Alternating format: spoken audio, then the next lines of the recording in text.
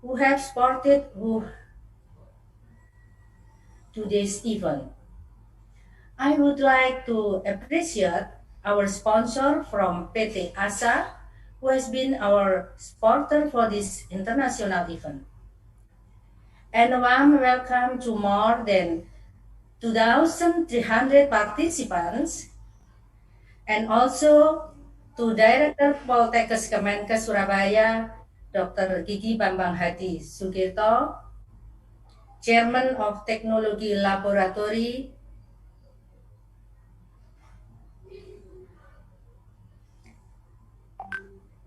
Bapak Dr. Andes Edi Haryanto, Head of Stickers Mataram, Dr. Khairul Nasim, Rektor of Institut Ilmu Kesehatan Bakti Wiyata Kediri, Profesor Dr. Muhammad Zainuddin, Head of Politeknik Kemenkes Semarang, Bapak Narsum, SPD MPH, Head of Politeknik Kemenkes Bengkulu, Eliana SKM MP, Rektor of Universitas Abdurrahman, Profesor Susi Indriani, Chairman of Laboratory Teknologi Universitas Perintis Indonesia, Renowati SSIT, Chairman of Laboratory Technology Politeknik Kemenkes Bengkulu, Sunita RS, Dean of Health Faculty Universitas Sains and Teknologi Jayapura Wibadi, Head of Health Analysis Poltekkes Kemenkes Semarang, Bapak Teguh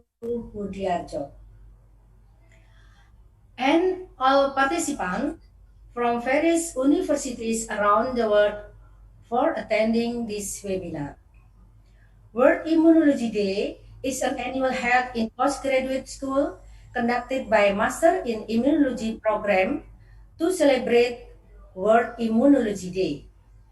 We wish that the webinar contribute a positive vibe to all participants, especially on recent update of COVID-19, by discussing the way to build synergies and solutions in supporting the progress and independence of Indonesia and the world. We wish you enjoy the webinar and see you on the 4th of World Immunology Day seminar next year. And may God constantly guide us to do the utmost in our step. Thank you very much and have a nice day. Terima kasih, jaga kesehatan. Wassalamualaikum warahmatullahi wabarakatuh. Prof. Tere. It is nice to have you here with us all, and thank you for your nice welcome speech. And also, we have an honorable opening remark from the Director of Postgraduate School Universitas Airlangga, Prof. Badri Munir Sukocho. So I'd like to invite Prof. Badri to give us the opening remark. Prof. Badri, time is yours. Thank you.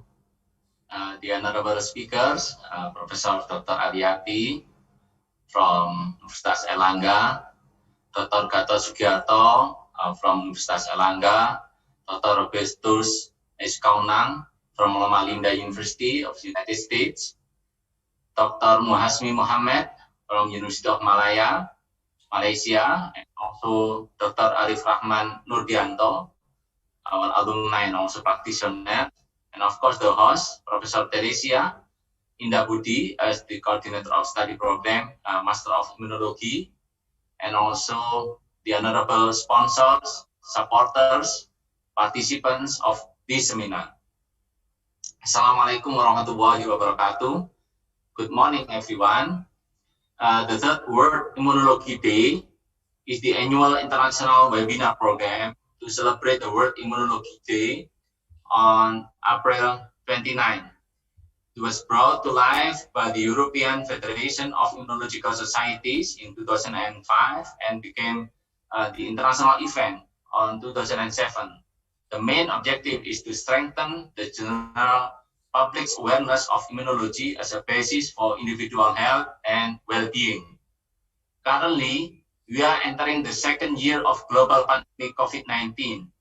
The theme of today's webinar, recent updates on COVID-19 pandemic and the preparedness of human body for the next outbreak is highly relevant for us as human beings, particularly when some countries, such as India and European countries like France or Germany, experiencing difficulties on managing the outbreak. Today's webinar presenting national and global experts discussing the following topics: antibody against COVID-19 and also COVID-19 vaccine, COVID-19 vaccine in California, handling of COVID-19 cases by the Malaysian Public Health Center, as well as challenges and opportunities in COVID-19 pandemic for immunologists. Hopefully, we can explore the experiences, the wisdom, as well as offering solutions for the nations. By discussing best practices from different nationalities, the best solution, I believe, will emerge. We wish our students and alumni, as well as the general participants, can learn from best practices from today's webinar. Policymakers from multiple countries.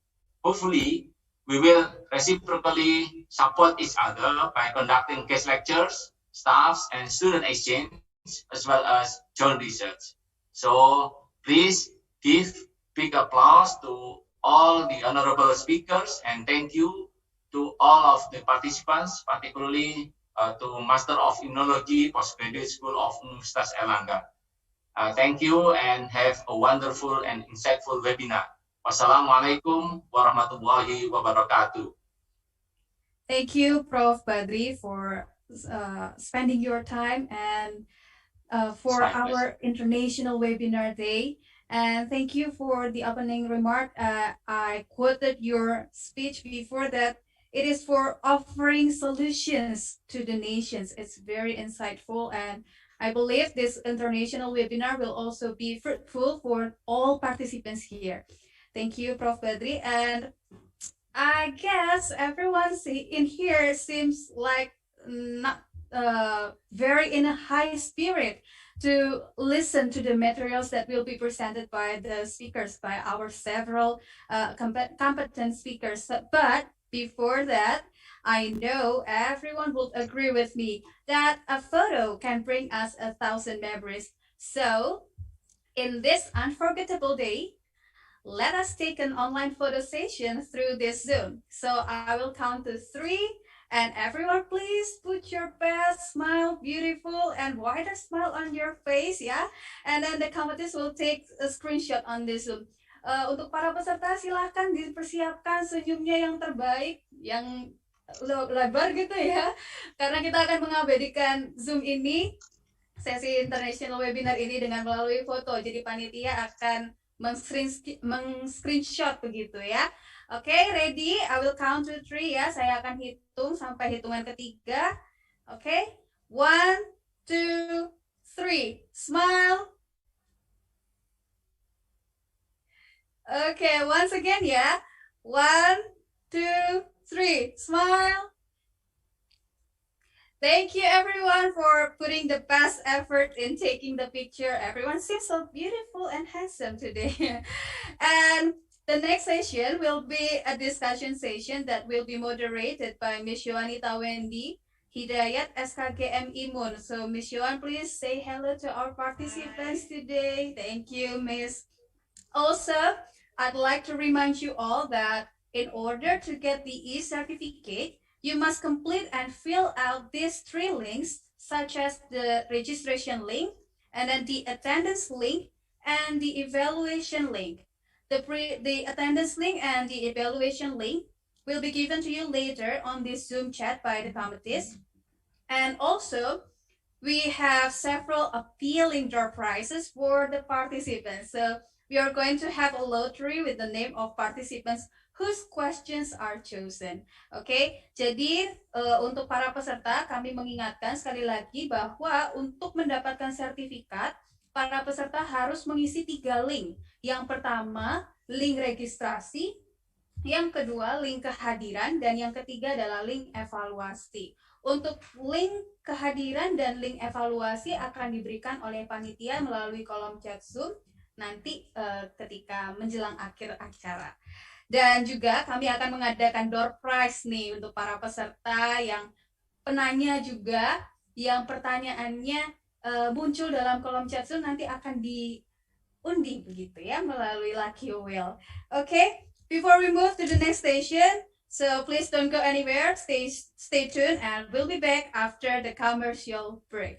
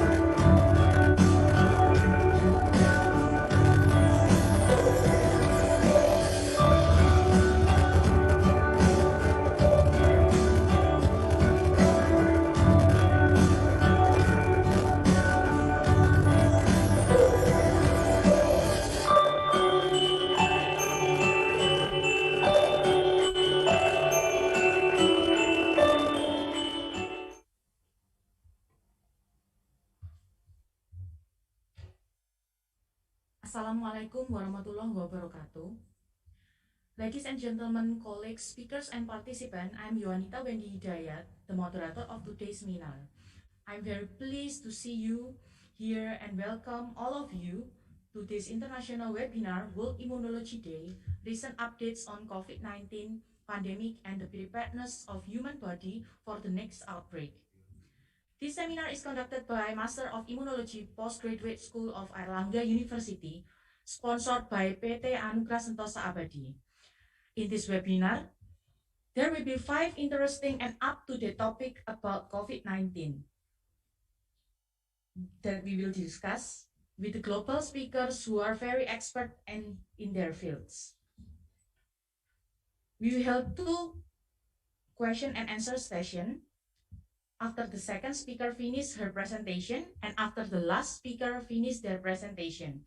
Please drop your question in the chat column and don't forget to type your name and your institution. Now, allow me to welcome the first speaker, Dr. Robertus H. Kaunang, MD. Dr. Robertus is the chairman of Rehabilitation Medicine of Arrowhead Regional Medical Center, USA. He will give a presentation about COVID-19 vaccine in California. As you can see on the screen is Dr. Robert curriculum vitae. Without any further, please raise your hand and welcome Dr. Robertus.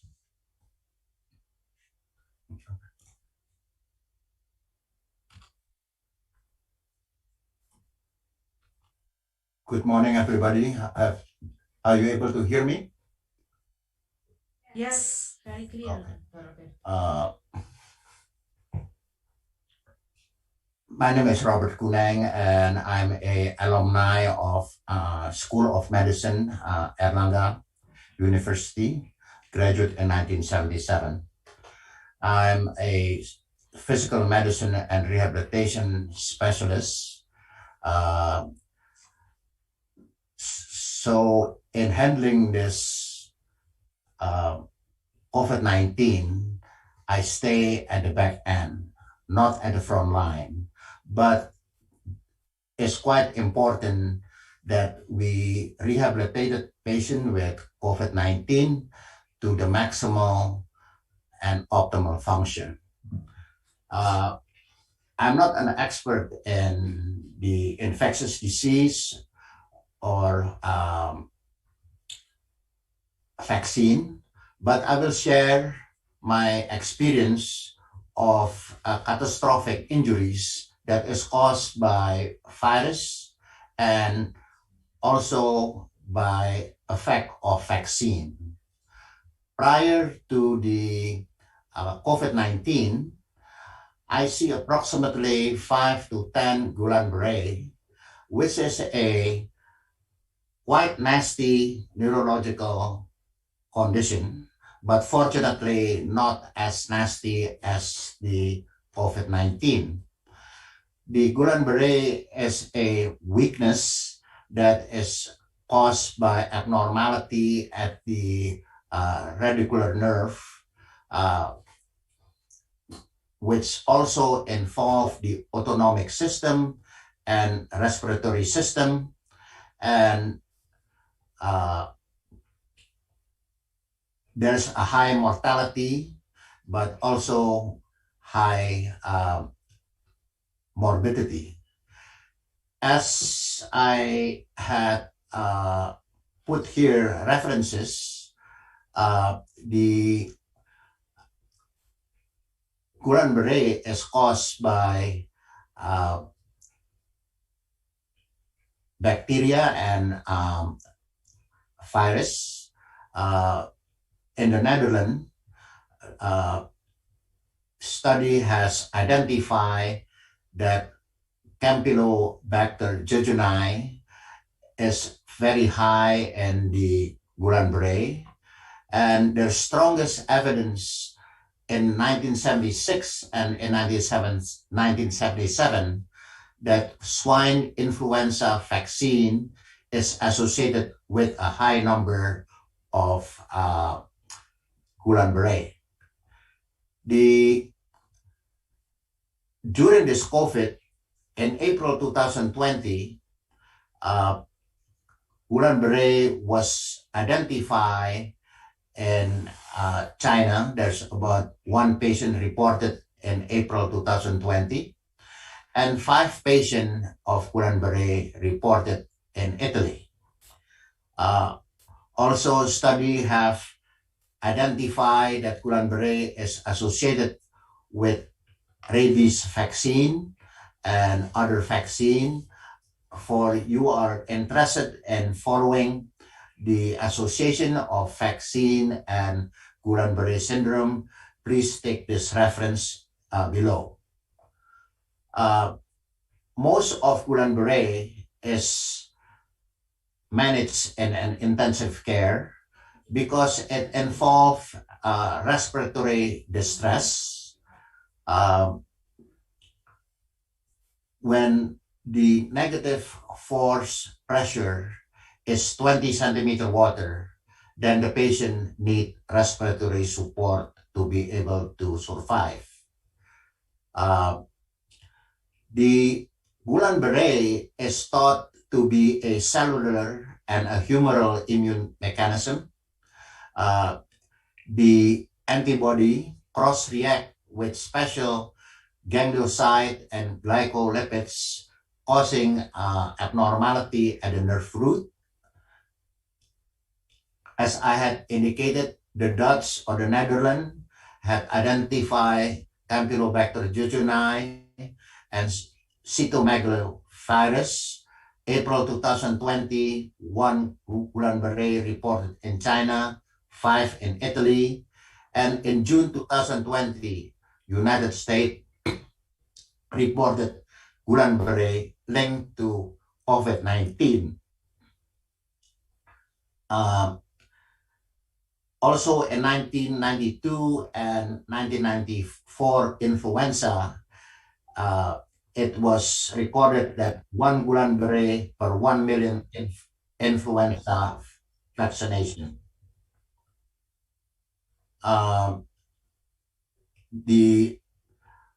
As indicated, Guillain-Barré is 1.5 cases per 100,000. The prognosis is not really that good. 5 to 10% of Guillain-Barré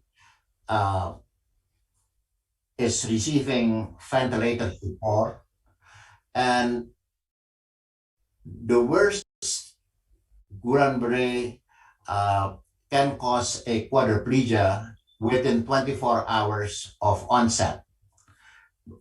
Most of the recovery is within 18 months. The mortality and morbidity mainly is depending on the respiratory system involvement. It also can cause autonomic instability, arrhythmia.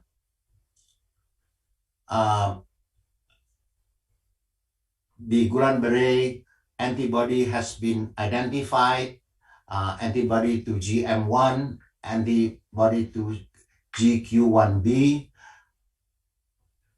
and because of the antibody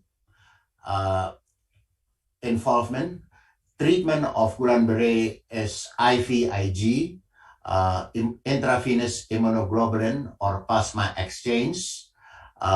This will hasten the recovery and minimize the disability. Again, this is the mortality. Mortality rate is 2 to 12% in those had a acute respiratory distress syndrome, and the morbidity 5 to 20% have moderate residual deficit from Guillain-Barré, and 1 to 10% are left severely disabled. Once the patient is stable, there's no more progression in the neurologic condition, the patient go to rehab with emphasis of trunk stability, strength, and endurance. I'd like to move on to COVID-19. As we all know, COVID-19 has 3 stages. The first stage is incubation, 2 to 14 days. Patients usually have symptoms of malaise, fever, and cough. Recovery in the stage 1 is excellent. However, if they move to stage 2, then the patient will have viral pneumonia, cough, fever, hypoxia, needing ventilator support.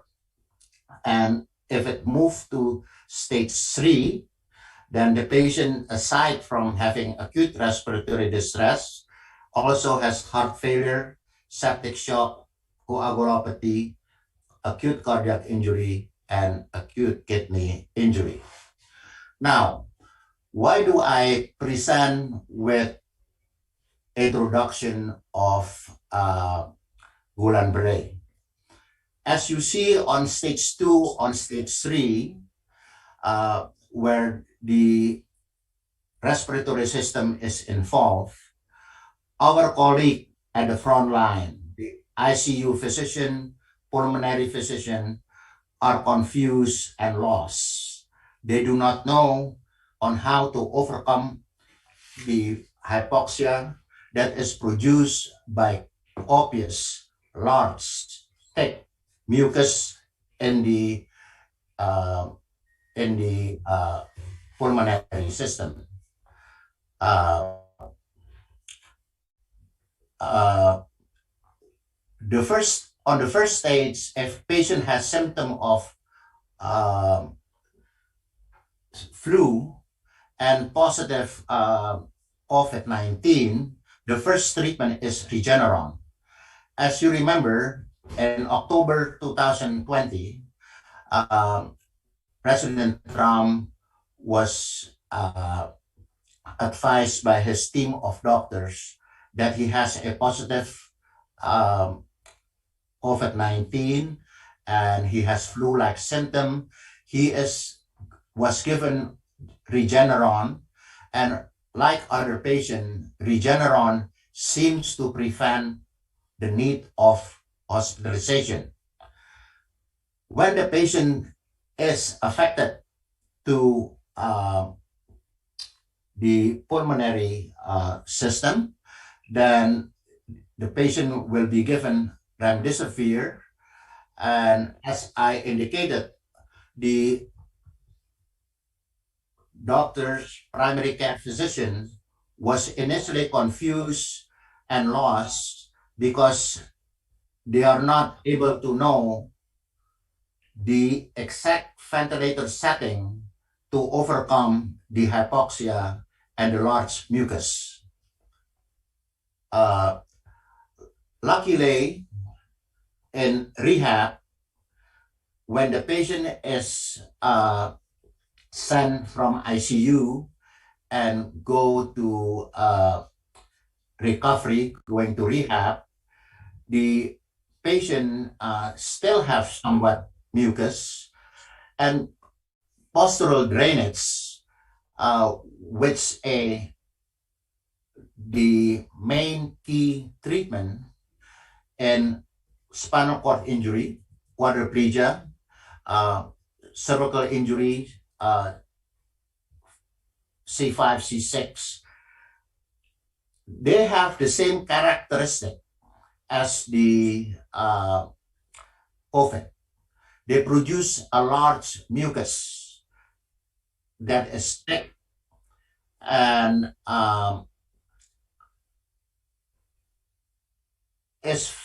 while the treatment is ultimately suctioning, in the rehabilitation unit, it's very rare that the quadriplegia require suctioning. Most of them is being treated with postural drainage. In this picture, you will see every lobe what's the best to get rid of mucus according to where the mucus locate, and more advanced picture to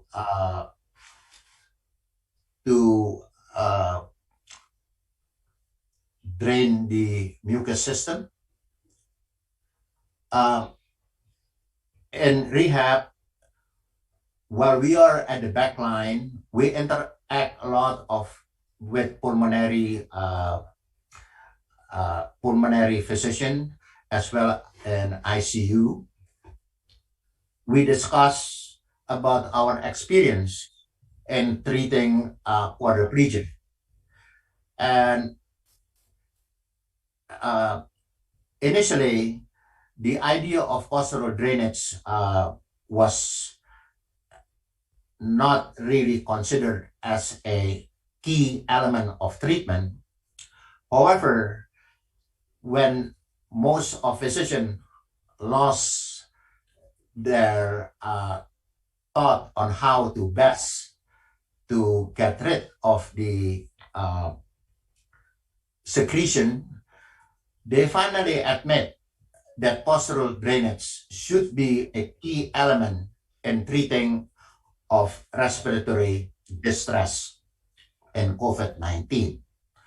Also, they came up that they could not use the same ventilator setting using a high tidal volume and a high pressure, because with a high tidal volume, high pressure, you are actually pushing the fluid more distally and make it more difficult for the secretion to be excreted from the trachea or bronchus.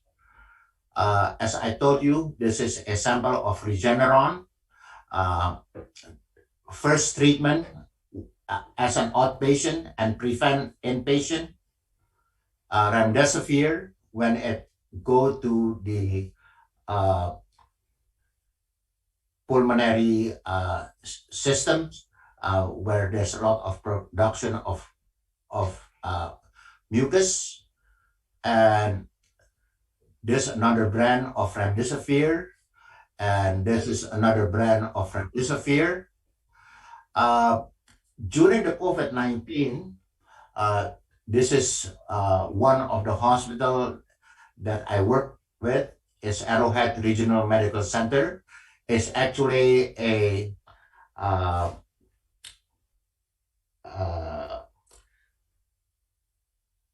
rumah sakit kabupaten. Every hospital need to announce how many patient is under investigation, the number of positive COVID-19, the test that is negative, and the number of patients successfully treated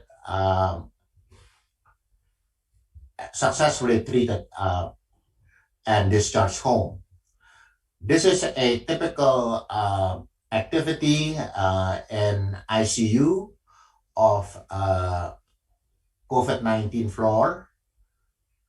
And as a appreciation, the firefighter or pemadam kebakaran give a appreciation to our hospital, taking picture and put a banner, only heroes work here. This is a nice appreciation to our nurses, our healthcare worker. And during the significant reduction of COVID-19, the Air Force flew over the hospital and give an appreciation. Now, we move into a vaccine. There's only 3 vaccines used in the United States: Pfizer and Moderna and Johnson and Johnson. To make a summary, Pfizer Moderna use a new technology, messenger RNA. Johnson and Johnson use vector technology. They use adenovirus 268 and use embryo. This produce a spike protein-like substance and stimulate immunity. The same with Johnson and Johnson. none of Pfizer, Moderna, or Johnson & Johnson use additive. So the immediate side effect is very low. They try to produce as much as little additive so that there's no anaphylaxis. Pfizer was trialed in 30,000 population, and Johnson & Johnson has a larger trial, 43,000. With larger trial, they feel that Johnson & Johnson is effective against variant. The other thing that is much more practical, Johnson & Johnson does not need to be frozen. Pfizer, Moderna need 2 shots. Johnson & Johnson need 1 shot. Excuse me, Dr. And Robert, you have 5 minutes left. Thank you. say that again? You have 5 minutes. Okay. I'll finish in 5 minutes. The practicality is much more in Johnson and in Johnson. Now, as I say, Johnson & Johnson is has more trial. It's being tried in United States, Germany, South Africa, Brazil, Argentina. They feel that they can offer more variant. Now, the common side effect is fever, chill, headache, the usual flu-like symptom. Question, how long will vaccine last? There's no definite answer, but the scientists feel that it will give minimum of 3 months. 44% of United States resident is still not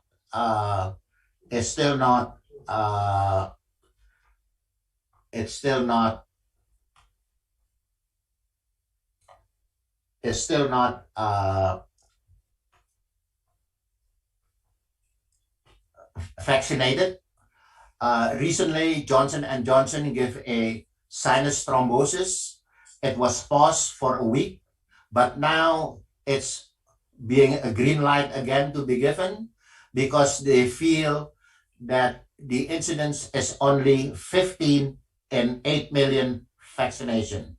This is the leading vaccine that is being considered to be used in United States. Pfizer, Moderna, Oxford, which is still not being used, Janssen or Johnson & Johnson, and Sinovac, Wuhan, Beijing, Gamaleya, Sinovirus is still in phase 3. Thank you very much. This is my highlight of the COVID-19 and the associate or predecessor of COVID-19 Gulandre. Thank you very much. Thank you very much, Dr. Robertus, for giving such informative and well-explained presentation. Now, without any further, we will move directly to our second keynote speaker session.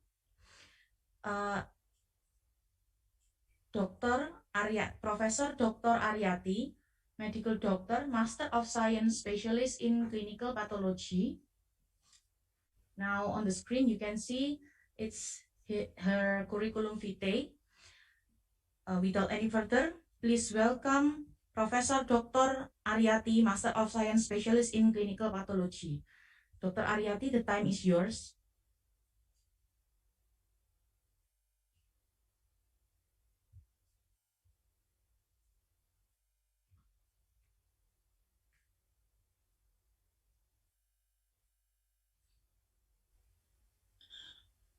Assalamualaikum warahmatullahi wabarakatuh. Good morning, everybody. Thank you for the moderator. Thank you, Professor Teresia, and also the organizing committee for inviting me and holding this webinar. Good morning also for all participants. I have a title of Antibody Against COVID-19, What Should We Know?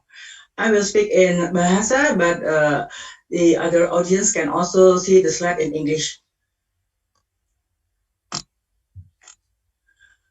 Kita lihat sekarang bahwa begitu banyak pertanyaan mengenai apa itu yang namanya antibody RBD, rapid test antibody, also neutralization antibody, also antibody pre and post vaccination, and what is serology. The recent update is we can see that the heal case, the kasus yang sembuh lebih dari 90% dan yang meninggal sudah turun tinggal 2,7%. Berita baiknya adalah semakin hari semakin rendahlah hasil-hasil dari PCR yang terkonfirmasi positif, yaitu sekitar sekarang sudah 4.456 kasus dari yang tadinya 15.000 lebih seharinya. Kalau kita melihat sebelum kita membahas antibody, kita perlu melihat tentang struktur dari SARS-CoV-2. Struktur dari SARS-CoV-2 itu kita bisa melihat di sini bahwa dia memiliki spike di permukaannya, kemudian ada envelope dan membrane serta nucleic capsid, di mana ini akan berperan dalam pembentukan antibodi. Contohnya adalah apabila SARS-CoV-2 masuk ke dalam tubuh kita, ini akan diperantarai oleh spike, dia akan berikatan dengan ACE2 dari host.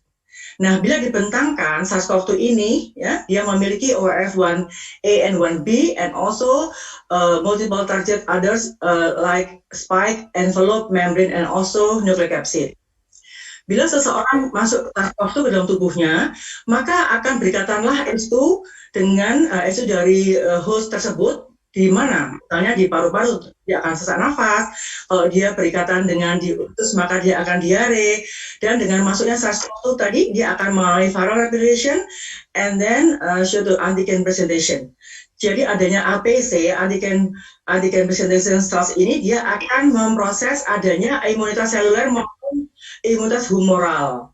Kita lihat di sini bahwa imunitas humoral itu, kita lihat bahwa terhadap masuknya ke dalam tubuh seseorang, maka akan ditangkap oleh ACE2 dari host, kemudian akan dipaparkan, ya akan mereplikasi dipaparkan pada antigen presenting cells. Kemudian akan berproseslah proses humoral immunity. Jadi di sini kita lihat bahwa dia akan minta kepada limfosit B untuk mengeluarkan plasma sel dan akan memproduksi antibodi, dan di sisi lain sebagian antibodi akan mengalami netralisasi. Ini kalau kita melihat overview dari antibodi yang terbentuk pertama kali, yaitu IgM pada fase akut, diikuti dengan IgA dan kemudian IgG. Ini ada isotype dari IgA1 dan IgA2 dan juga ada IgG1, 2, 3, and 4. Kita lihat bahwa fungsinya ini adalah berbagai fungsi. Ada IgM sebagai humoral immunity, kemudian IgA sebagai mucosal immunity, ya, dan juga memiliki neutralization, ya, sudah mulai ada antibody neutralisasi di sini, dan IgG ini juga memiliki kemampuan antibody neutralisasi. Dan inilah peranan dari berbagai antibodi ini dalam kelas stretching dan produksi dari sitokain. Apa saja antibodi yang bisa terbentuk apabila seseorang kemasukan SARS-CoV-2, yaitu antibodi terhadap spike yang dikatakan lebih spesifik, ya, spike yang lebih spesifik dan memiliki korelasi yang sangat tinggi dengan antibodi neutralisasi, dan ada juga antibodi terhadap nucleic capsid, ya, merupakan antibodi yang banyak, ya, kita jumpai dan sensitif. Untuk yang nucleic capsid ini yang telah kita kenal sejak tahun lalu di bulan Maret tahun 2020, waktu pertama kali diadakan screening awal di Indonesia, kita belum memakai PCR, kita memakai antibodi screening dengan menggunakan rapid test, yaitu menggunakan terhadap nucleic capsid. Nah, bila kita bentangkan tadi yang kita lihat ada ORF1A, B, S, A, M, N. Nah, spike-nya kalau kita bentangkan kemudian ada tadi dari S1 subunit and S2 subunit. Di dalam inside the S1 subunit there are RBD. RBD is receptor binding, ya, receptor binding. Nah, kemudian kita lihat di sini bila seseorang itu kemasukan virus, ya, di mana kemudian virus SARS-CoV-2 ini, ya, di bagian S-nya, RBD-nya ini, dia akan berikatan dengan ACE2 dari host. Ini pembesaran dari yang kanan. Tapi apabila seseorang itu memiliki antibodi neutralisasi, apakah dari dia sudah terpenyintas COVID ataukah dia kena vaksinasi, maka antibodi neutralisasi akan berikatan dengan virus ini dan tidak bisa melekat pada host. Dan di sini dikatakan bahwa, ya, kita melihat bahwa neutralisasi antibodi akan berkorelasi dengan spike S1, S2 maupun RBD. kita harus membedakan bahwa antibody ada yang bind ke virus and can neutralize the virus. Ya, kita bisa melihat di sini terikatnya dengan apa? Dengan RBD kah? Atau dengan S1, S2 kah? Atau N? Jadi kalau yang binding antibody itu dia juga pada SRBD juga akan timbul, ya. Kemudian pada selain RBD, S1, S2 juga bisa timbul, tetapi tidak pada nucleic capsid. Dan demikian juga untuk netralisasi. Jadi untuk antibodi netralisasi hanya ada pada SRBD dan tidak pada N. Ya, jadi kalau mereka yang tahun lalu kita lakukan pemeriksaan itu, dia tidak bisa untuk melihat bahwa dia tidak bisa netralisasi. Nah, sedangkan antibodi ini induksi oleh apa? Oleh alami, jadi penyintas COVID maupun vaksinasi. Sedangkan kalau penyintas COVID, kita lihat bahwa dia akan timbul antibodi yang binding maupun netralisasi, demikian juga untuk yang vaksinasi. Nah, kita lihat ada dua macam tadi saya telah terangkan antibodi, ada netralisasi antibodi maupun ada antibodi binding. Netralisasi antibodi itu gold standarnya adalah yang namanya plaque reduction neutralization test. Ya, kita melihat bahwa bagaimana kemampuan antibodi dalam menurunkan pembentukan plak. Kemudian ada namanya MNSA, ada type, ada surrogate virus neutralization assay atau SVNT. Jadi yang terkenal ini ada ini ya, PRNT dan SVNT. Sedangkan binding antibody yang tadi saya terangkan di sebelumnya di previous slide, IgM, IgG, IgA total antibody kita tahu bahwa bisa terhadap N maupun terhadap S atau SRBD. Dan metodenya bisa menggunakan yang namanya rapid test itu adalah immunochromatografi, ELISA, CLIA maupun immunofluorescence assay. Hasilnya ada yang kuali, ada yang tanda petik semi kuanti, ada yang kuantitatif atau berupa titer atau kadar. Ini adalah berbagai serologi pemeriksaan yang menggunakan chemiluminescence atau CLIA atau CMIA atau ECLIA, bisa menggunakan immunofluorescence assay atau IVA, bisa menggunakan rapid test atau immunochromatografi, bisa menggunakan ELISA, bisa menggunakan berbagai macam tes yang lain. Ini adalah summary dari pemeriksaan PRNT atau MN. Perlu 3 macam faktor, yaitu pasien yang diharapkan memiliki antibodi, dan adalah virus, dan kemudian kompeten sel. Nah, sedangkan kalau menggunakan MN, bisa menggunakan serotype dan menggunakan artificial competent cell. Tetap gold standarnya adalah ini. Jadi PRNT merupakan gold standar untuk pembentukan antibodi netralisasi. Tetapi karena sangat ribet sekali, maka membutuhkan lab yang membutuhkan tenaga yang terlatih dan laboratorium yang canggih, yang menggunakan biosafety laboratory 3, biosafety laboratory, ya. Dan ini ada SVNT, kita tahu bahwa SVNT itu menyerupai PRNT, di mana kalau PRNT itu tadi merupakan gold standar, SVNT sudah mendekati ke arah PRNT. Contohnya begini, yang kiri adalah contoh bila virus ini masuk ke dalam tubuh, ya, dia akan berikatan dengan ESO dari host. Nah, kemudian bila ada antibodi neutralisasi, maka antibodi ini akan berikatan dulu dengan virus. Jadi yang akan berikatan dengan host nggak ada. Itu kemudian dituangkan dalam plate, ya, plate-nya ELISA. Kita melihat bahwa apabila ada antibodi neutralisasi, dia akan berikatan dulu dengan konjugat dari RBD yang seolah ini adalah virus, ya. Kemudian yang telah diikatkan dengan enzim yang namanya host radiosparasidase. Kemudian dia akan berikatan kemudian dengan tetramethyl bacillus sebagai substrat. Tetapi bila tidak ada antibodi neutralisasi, maka dia akan berikatan langsung antara RBD dengan S2 reseptor. Kemudian enzim akan memecah substrat TMP dan akan terbentuk warna. Nah, bagaimana kinetik respons imun dan kinetik antibodi? Kita tahu bahwa antibodi itu tadi IgM lebih dahulu, ya, kita lihat variasi nanti di belakang akan kita lihat variasinya, ada yang 7 hari, ada yang lebih dari 7 hari dia baru timbul, IgA kemudian timbulnya setelah IgM, ya, kemudian juga IgG dikatakan baru hari akhir-akhir minggu pertama atau awal minggu kedua, ya, tetapi masih banyak variasi di antaranya. Kita lihat bahwa ini adalah systematic review dari antibody response terhadap SARS-CoV-2 infection, ya, pada manusia. Kita lihat yang biru itu adalah IgG, kemudian yang hitam ini adalah neutralisasi antibody, kemudian yang hijau ini adalah IgA, dan yang merah ini ada IgM. Kita lihat kapan terdeteksinya dan kapan kemudian dia decline. Jadi telah kami rangkumkan, ya, setelah saya rangkumkan bahwa IgM itu timbulnya ada yang mulainya hari keempat sudah timbul, ada yang timbulnya baru hari ke-14 dengan dengan puncaknya di hari minggu kedua sampai minggu kelima. Decline-nya kemudian di minggu ketiga maupun minggu kelima rata-rata antara 2 sampai 8 minggu IgM udah turun. Sehingga IgM ini bisa juga dipakai untuk melihat apakah dia reinfeksi lagi, ya. Sedangkan kalau IgG kita lihat bahwa dia timbul di hari ke-12 ini minnya, tapi ada yang timbul di hari ke-4. Ada yang IgG baru timbul di bulan kedua, lebih dari bulan kedua, hari ke-73. Artinya apa? Artinya bervariasi sekali. Peaknya 3-7 minggu dan decline-nya mulai minggu ketiga sudah mulai decline. Untuk IgA antara 4-11 hari, di mana range-nya hari keempat ada yang sudah timbul, dan ada yang timbul baru hari ke-24, di mana puncaknya di hari ke-16 sampai hari ke-22. Ini adalah contoh dari long maupun Li. Kita lihat bahwa hari ketiga saja, ya, hari ketiga, hari kedua saja sudah timbul IgG. Jadi IgM is detectable as early as 3 days post illness onset and peaks between 2 and 3 weeks, ya, post illness onset, and both, ya, IgN and IgG are present as early as 4 days PO. Artinya apa? Artinya baik IgG maupun IgA bisa didiagnosis lebih awal, ya, timbul lebih awal. Jadi nggak benar kalau selama ini diyakini hanya itu masa lampau untuk IgG.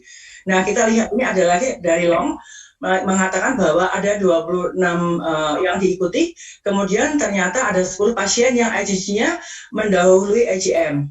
Nah, ini adalah IgM dan IgE responsnya terhadap LBD itu sangat singkat. Kita lihat tadi bahwa IgA itu ada yang timbul di hari kedua, ya, ada yang timbul hari ke-4, ada yang timbul baru hari ke-29. IgM hari kedua, ada yang timbul hari ke-33. Tapi dia kemudian sudah mulai menghilang di hari ke-29, ada yang baru menghilang di hari ke-69, lebih dari 2 bulan. Ada yang IgA timbulnya menghilangnya di hari ke-24, ada yang dia baru menghilang di hari ke-68. Sehingga ini bisa dipakai untuk membedakan apakah ini infeksi yang lampau atau dia terinfeksi lagi. Nah, ini ada inpatient dan outpatient, di mana kalau yang outpatient had a lower titers of RBD, IgM, IgG, dan IgA dibandingkan yang inpatient. Jadi artinya kita bisa melihat bahwa baik pada mereka atau dicek antibodinya pada yang outpatient, yang perawatan poliklinik akan memiliki kadar yang lebih rendah dibandingkan mereka yang dirawat opname di rumah sakit. Berbagai macam respons antibodi kita melihat di sini ada 5 macam di sini, ya, yang kita bisa lihat. Ada yang A, B, C, D, dan E ini, di mana anti SARS-CoV antibody response ini D by D ini post PCR positivity. Jadi ini mereka yang sudah pernah terkena, ya, penyintas COVID yang kemudian dicek dengan menggunakan ROS ini, ternyata macam-macam, ya, macam-macam. Ada yang tetap tinggi, ada yang turun, kemudian ada yang tinggi terus, ya. Artinya memang tidak bisa dibedakan satu dengan yang lain. Memang ada banyak variasinya, apakah ini OTG, asimptomatik, atau mild, atau moderate, atau severe, itu bisa hasilnya memang berbeda. Nah, ini adalah durability, ya, assessment. Kita melihat bahwa substansial immune memory itu melibatkan memory B cell antibody, memory CD4, and memory CD8. Di mana kita lihat bahwa 95% subjek akan bertahan immune memorinya bahkan sampai 6 bulan pasca infeksi. Dan dikatakan bahwa antibodi tersirkulatif tidak memprediksi T-cell memory. Jadi artinya apa?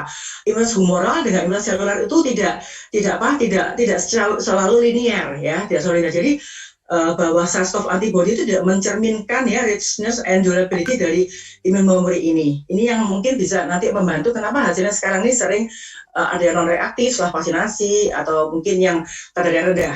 Di sini kita lihat bahwa menurut Tan, dari mereka yang pasca terinfeksi COVID, ya, bahwa panel low IgM maupun IgG itu dia pun walaupun rendah, dia dapat menunjukkan tingginya, ya, inhibition, ya, menggunakan SVNT. Tadi kita sudah sepakat, ya, SVNT itu adalah tes untuk menentukan antibodi neutralisasi, di mana dia dapat menunjukkan adanya inhibisi yang cukup tinggi. Artinya apa?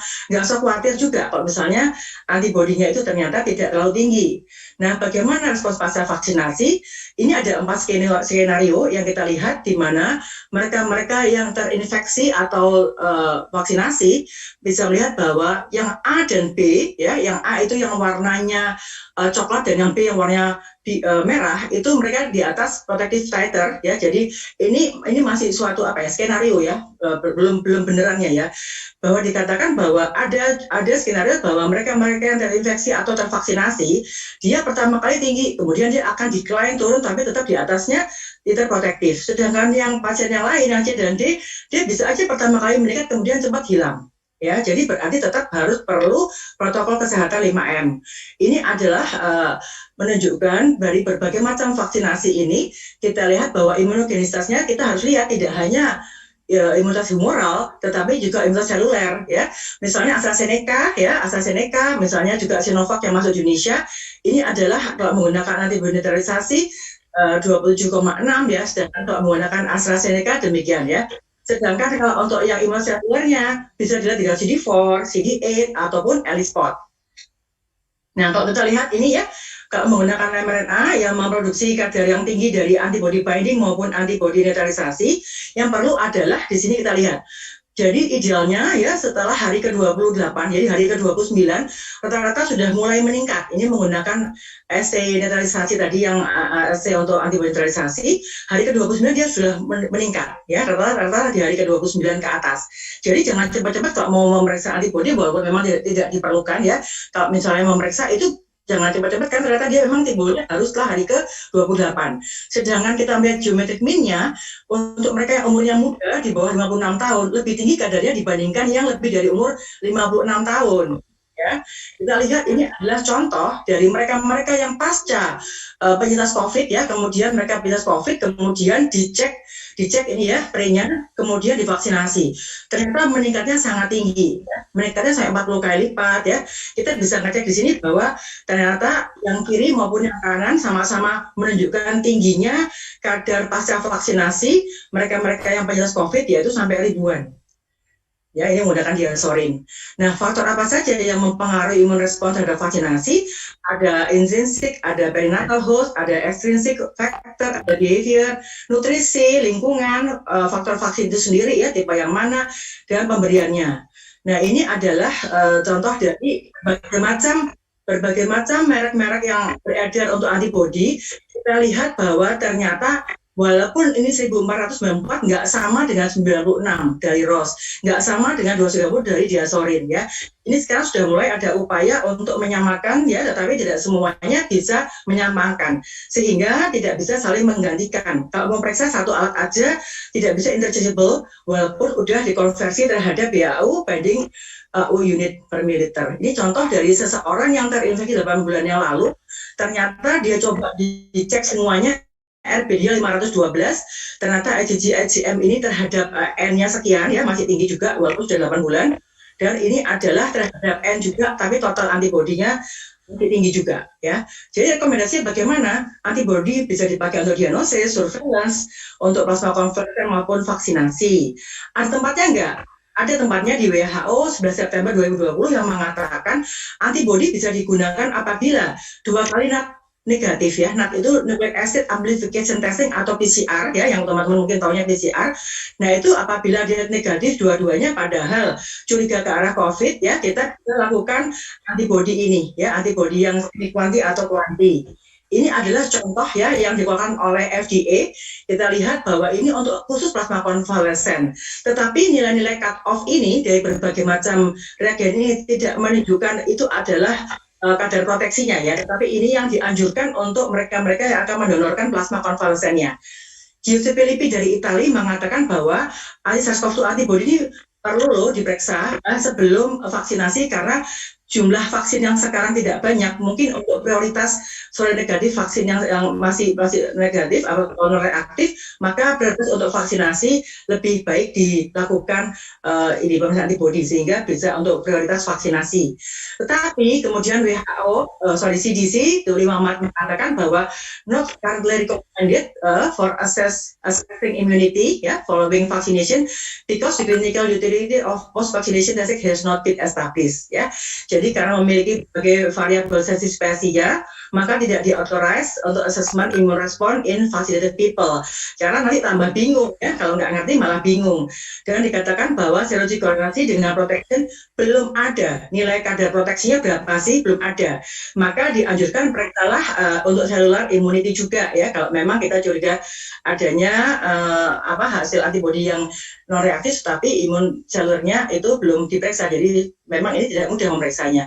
Jadi kita bisa melihat bahwa untuk menginterpretasi IgG serologic testing ini untuk membantu status dari pasien, apakah pasien tersebut itu penyintas COVID atau belum atau bukan, itu bisa ya. Kemudian juga riwayat vaksinasi. Kalau belum vaksinasi dia udah tinggi, berarti memang dia sudah ada antibodinya. Kalau dia divaksin akan meningkat puluhan kali lipat seperti yang tadi.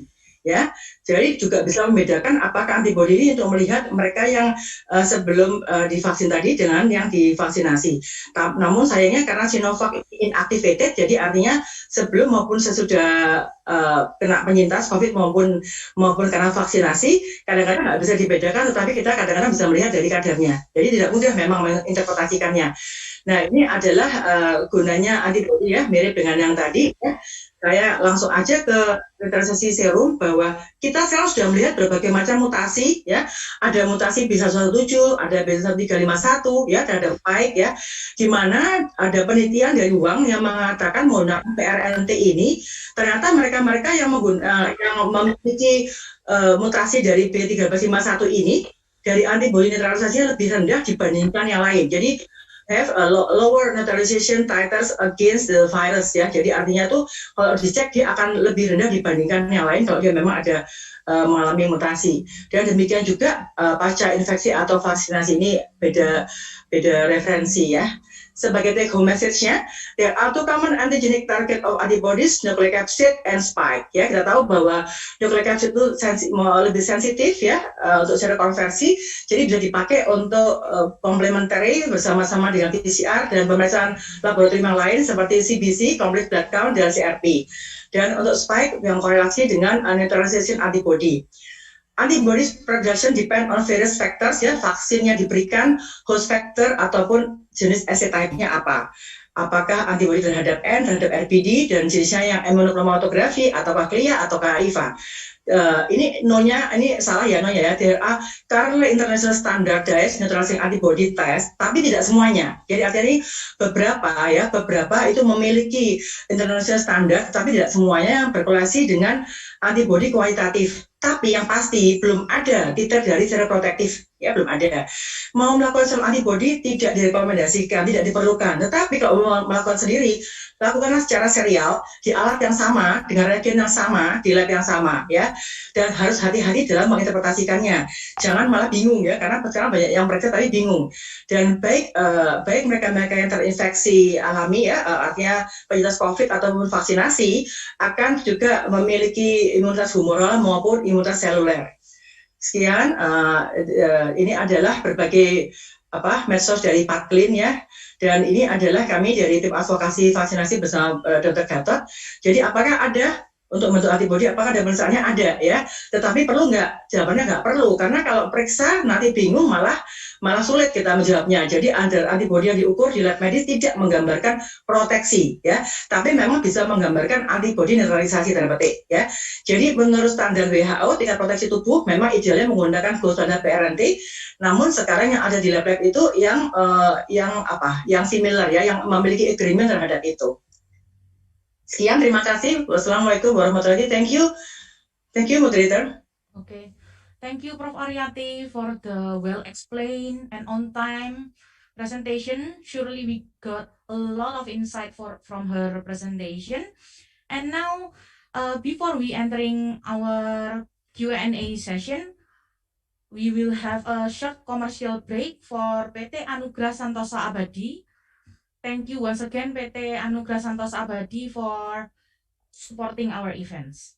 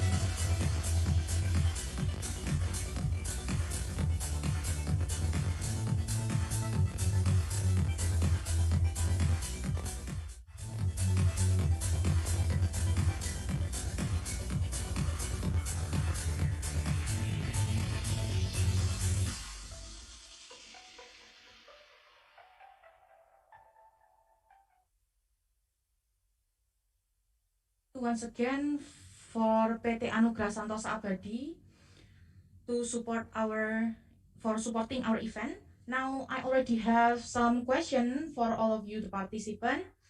I will read the first question for Dr. Robertus. This question is for you. From Kulsom Amjadi, University of Peshawar. The question is, can we prevent coronavirus by taking clove and figs, steam as it was circulating all over social media? When this virus will come to an end, will coronavirus will invade everyone in the world? How long coronavirus lasts? Dr. Robertus, the time is yours. Could you repeat the question again? By taking what substance? Okay, clove and figs. Okay. I've never heard that. I wish it will be good because it's very handy and very simple. But I don't understand why would clove and pig have preventive value in coronavirus. I don't understand. Okay, and the second question, when this virus will come to an end, and will coronavirus will infect everyone in the world?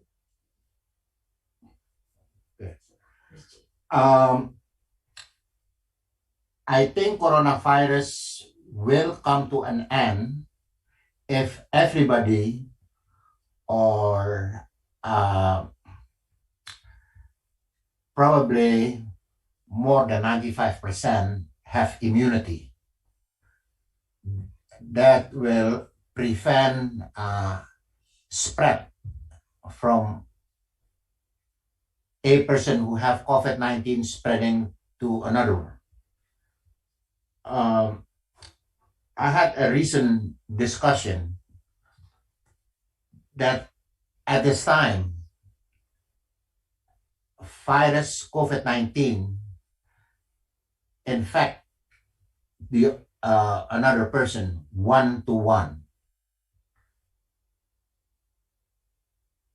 If the spread is prevented, not one-to-one, probably after the person is infected by 10 person who have coronavirus and only infected one, that means the prevention is efficient.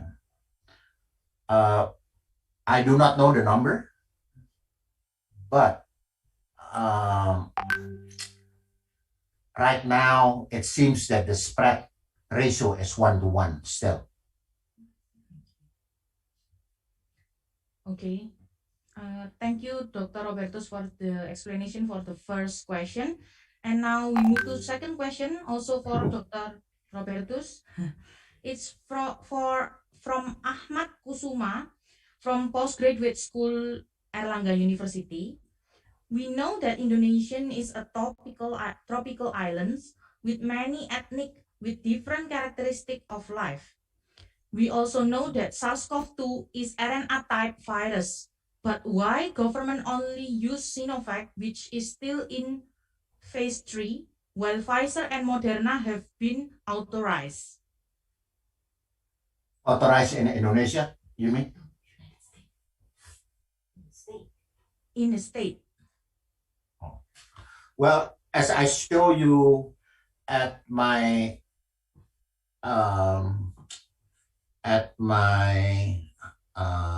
slide here, can you see it?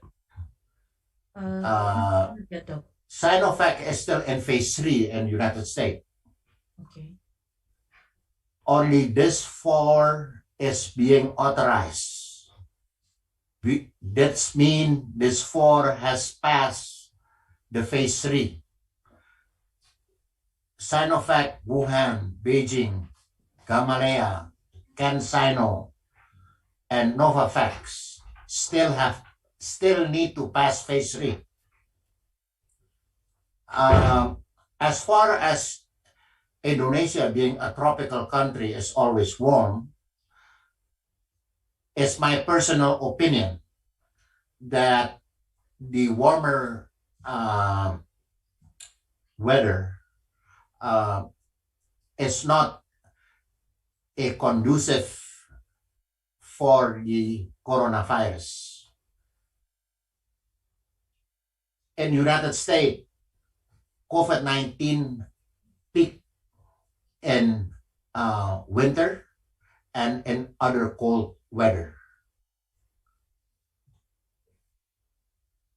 That's my best answer. Okay, thank you very much, Dr. Robertus. Now we will move to the third question for Prof. Aryati. The third question is from Umar Siddiq Hasara, University Dodil, Mansera.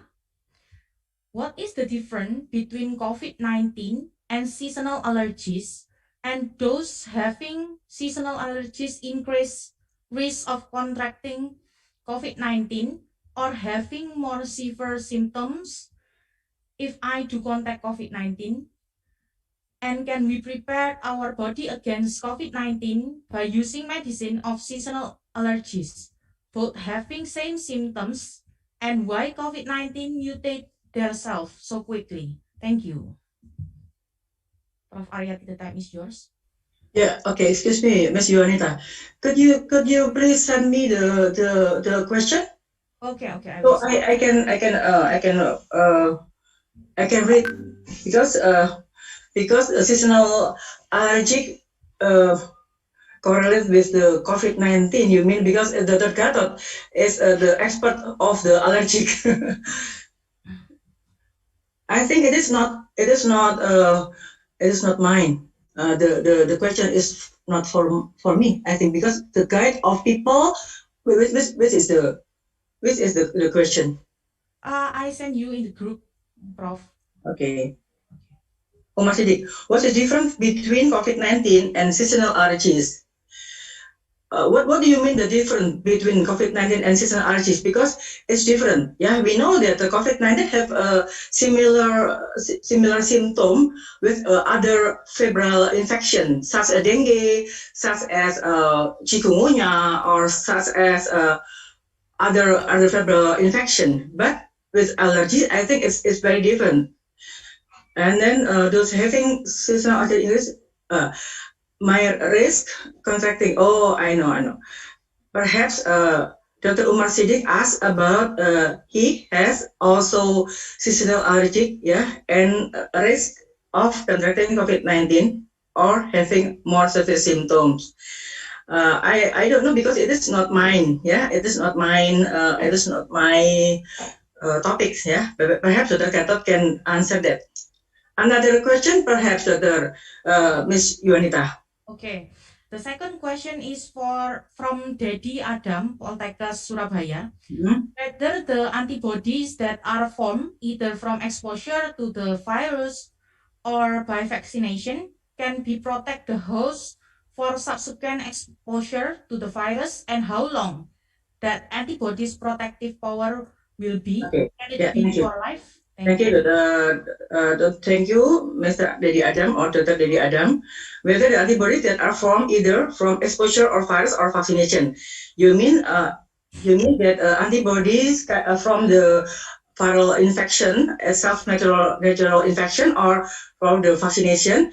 We know that all of that kinds, yeah, two kinds, that infection or from the vaccination, can give the humoral immunity and also cellular immunity. So that's why from both of them, they can also have antibody humoral, similar like I can already previewed in my previous slide as an antibody, neutralizing antibody, and also cellular immunity. So we can know that there's also, but until now we don't know how many percentage can protect the host from subsequent exposure. So that's why the important thing is we have to adhere the health protocols, like wearing gloves, and hygiene, etc.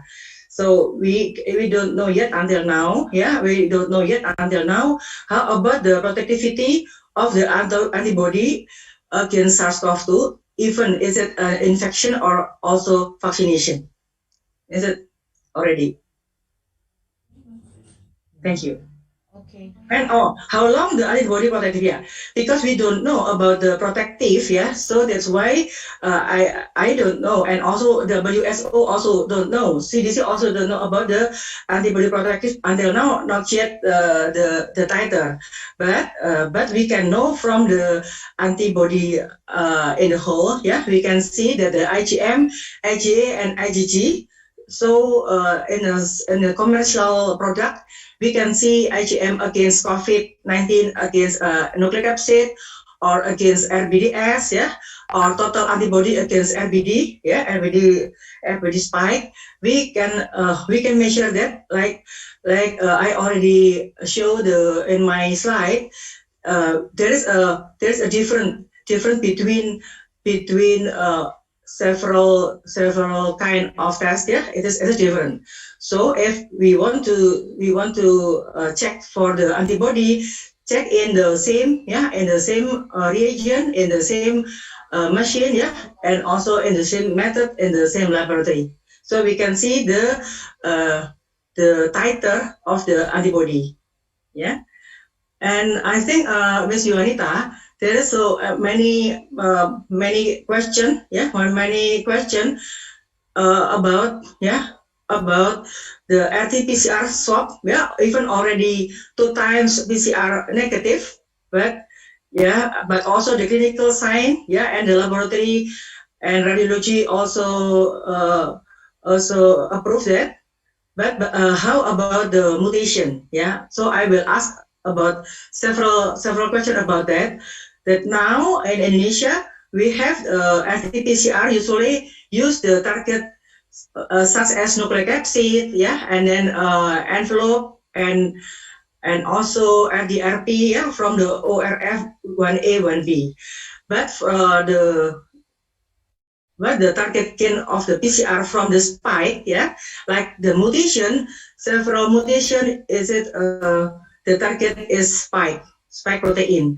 So fortunately, not so many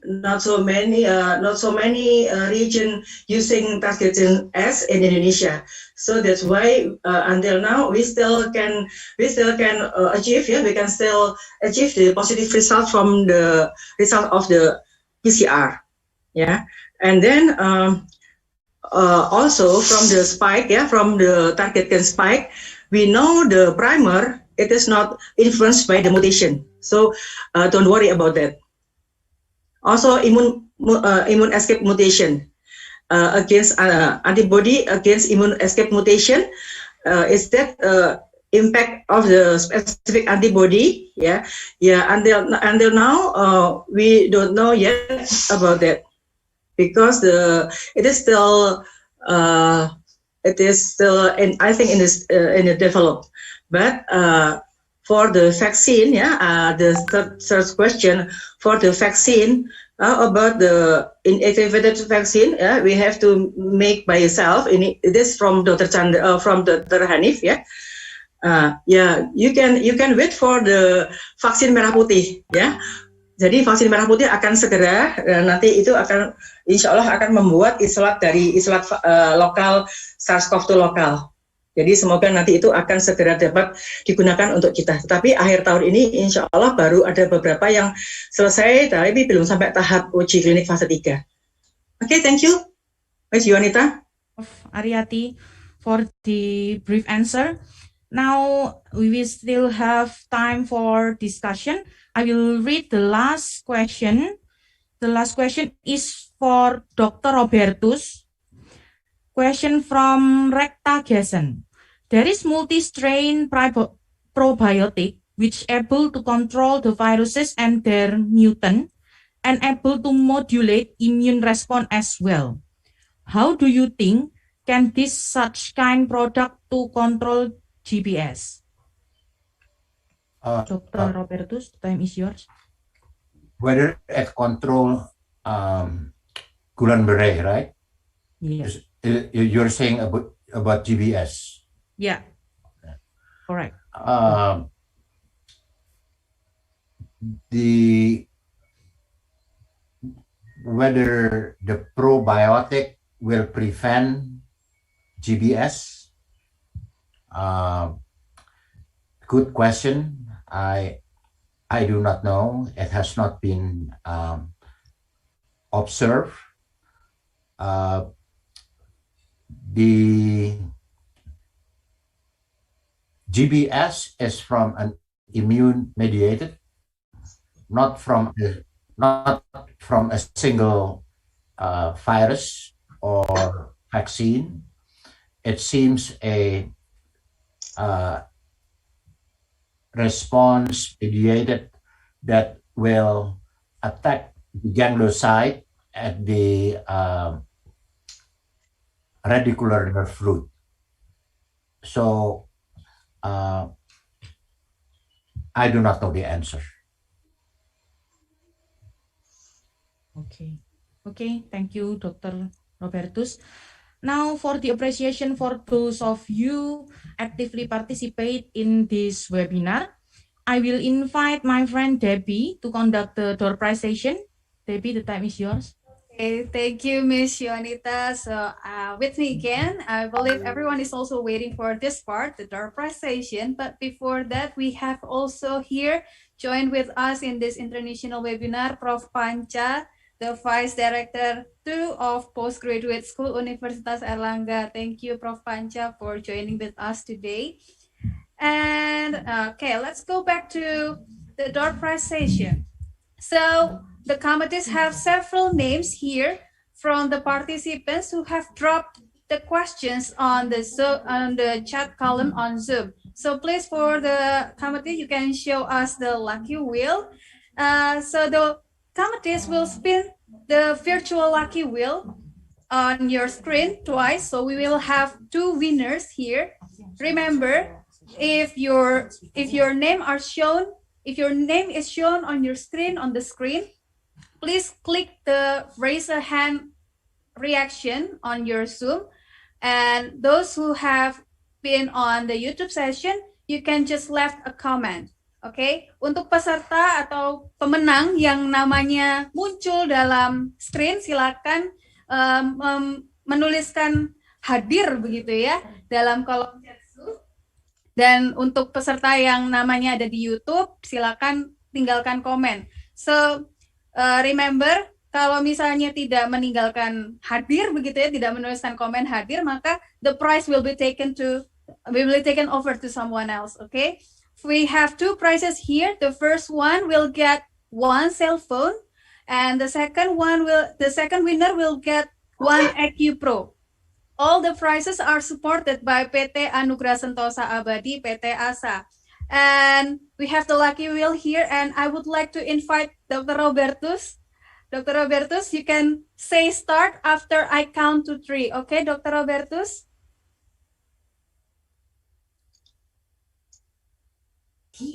Okay, so I will count to 3 and then you can start. You can say start. Okay, doctor?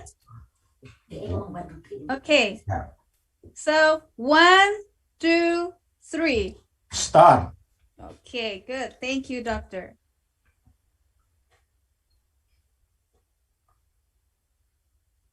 Okay, so who's the lucky winner here who will get one cell phone supported by PT ASA? Okay, congratulations to Jul Kipli. You get one cell phone. Yeah, can you give us, raise a hand please on Zoom? Okay, congratulations for getting the cell phone. Wow, it's so lucky. And don't worry, we have another winner who will get one EQ Pro, also supported by PT ASA. And remember to please click raise a hand on your reaction box if your name is chosen. And for the participants who are in YouTube, you can left a comment, okay? So I would like to invite Prof. Ariati. Yes. So I will count to 3 and then you can say start, okay? So 1, 2, 3. Start. Okay, thank you, Prof. Okay. So who is the second winner? The second winner will get one EQ Pro supported by PT ASA.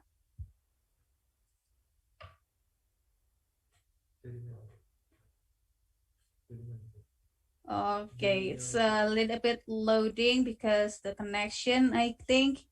Okay, it's take a minute maybe. Okay. Okay, congratulations to Juniel Fedi Menteng. You get one EQ Pro supported by PT ASA. And yeah, you can raise a hand on chat on your Zoom so that we can notice you here. And all winners, please contact the contact person number that you see on the poster for the prizes mechanism. Untuk para peserta yang memenangkan hadiah door prize ini, silakan langsung kontak ke contact person yang Anda lihat dalam poster untuk mekanisme pengambilan hadiah. And don't worry everyone, jangan khawatir because we still have another door prize ya. Masih banyak door prize lainnya, so please stay tuned ya. Nah, because we still have a lot of more door prizes. And let's continue the session with our dearly moderator, Miss Yohan. Miss Yohan, please. Thank you, Debbie. Once again, congrats to all the winner. And I'm sure all the participants still have huge spirits and huge curiosity about the next session. Now, without any further, let's enter the second session of brief presentation by our keynote speaker. The third topic of the day is entitled Handling COVID-19 Cases by the Malaysian Center of Public Health. As you can see on the screen is Dr. Mohasmi Mohammed curriculum vitae. Dr. Mohasmi Mohammed MBBS MMed from Department of Primary Care Faculty of Medicine, University of Malaya, Malaysia. Dr. Mohasmi, the time is yours.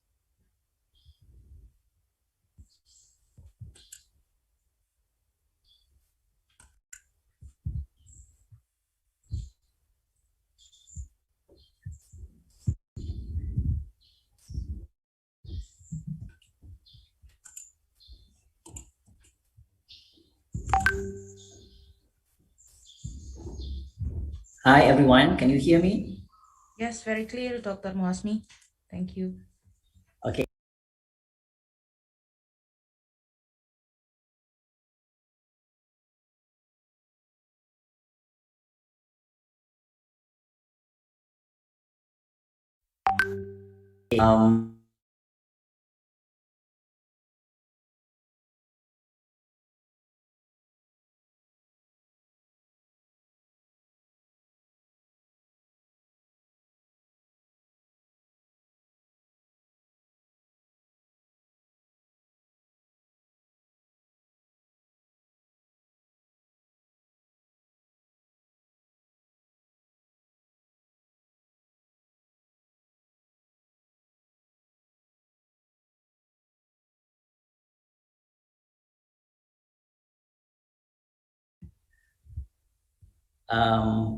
Sorry.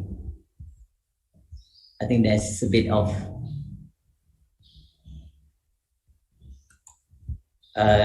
is the slide okay?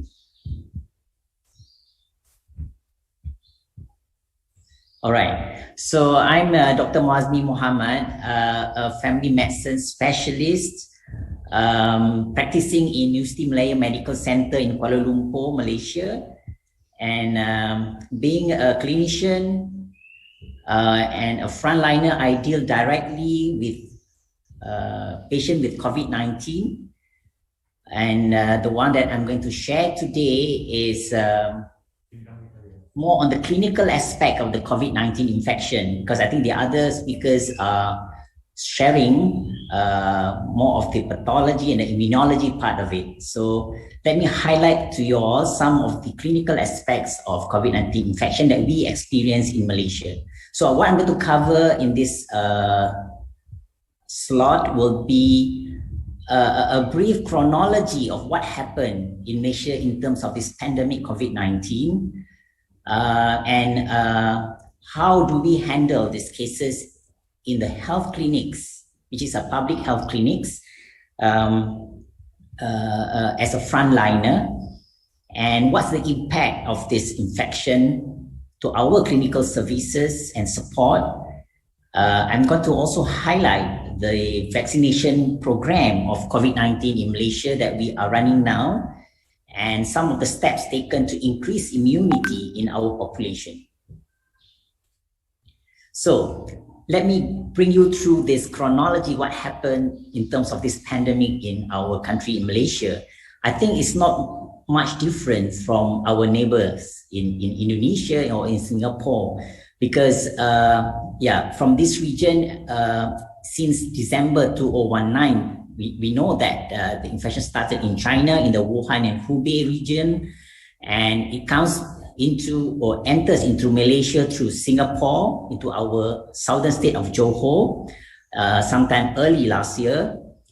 And I think in late January last year, WHO have announced of the pandemic worldwide. And since then, we have been having cases of positive COVID-19. Initially, it was more of the sporadic cases where we have clusters of infection.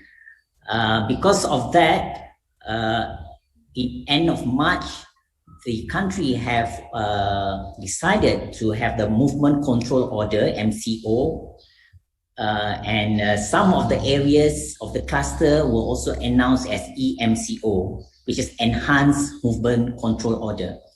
And because of this MCO, we have extended a few cycles. We have MCO part 1, part 2, part 3, and this have able to contain the infection and reduce the number of cases where we see within the April of May, mid of last year, we have managed to bring down the cases down to 2 digits. However, the cases rise again into a second wave sometime in September, October. This is following, we have a Sabah election in the Borneo, and also a lot of interstate movement during the holidays. So we had a surge of second wave, which is more of the community transmission now. And also we see more in the foreign workers and at the detention centers. So it's quite localized to this population. And because of that, the government announced again another MCO part 2 sometime early this year. So because excuse me, sorry for interrupting. Yeah, can you put it on slideshow mode? You can see the slide, sorry. Yeah, I can see the slide, but can you put it on the slideshow mode? Oh, okay. Yeah. So it's, is it better now? Wait. Right, sorry for that. It's not changing. Not changing? Yeah. Maybe you can press F5 to enter slideshow mode. F5, yeah. Is it? Because in my screen is slideshow mode. Okay.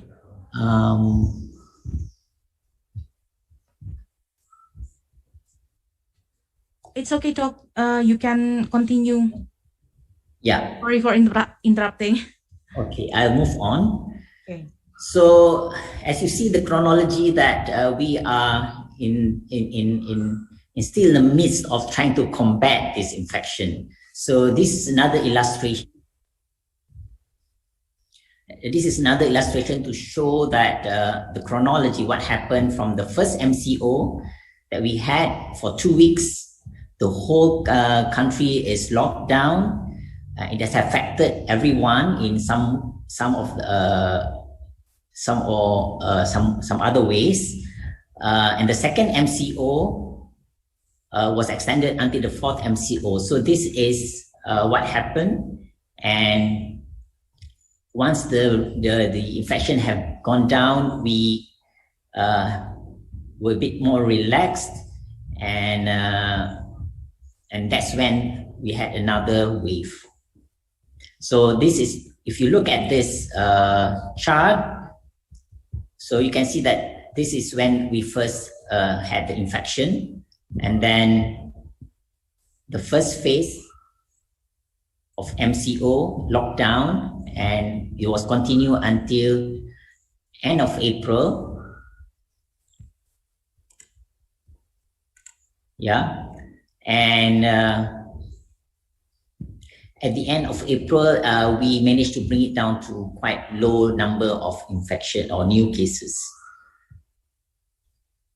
I'm not sure why my slides is having some.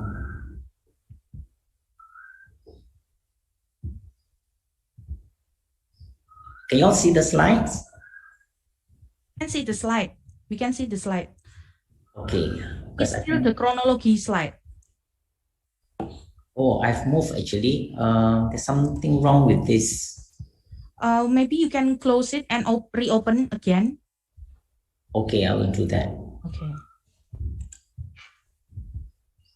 I will stop sharing first. Consider.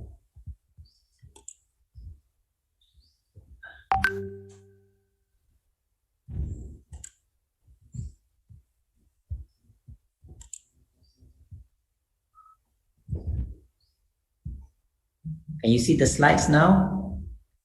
Not yet, Doc. Not yet, sorry.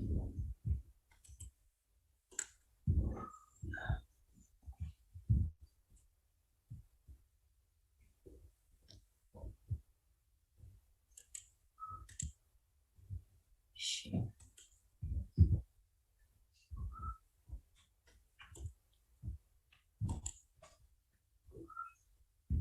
Okay, it's loading now, Doc.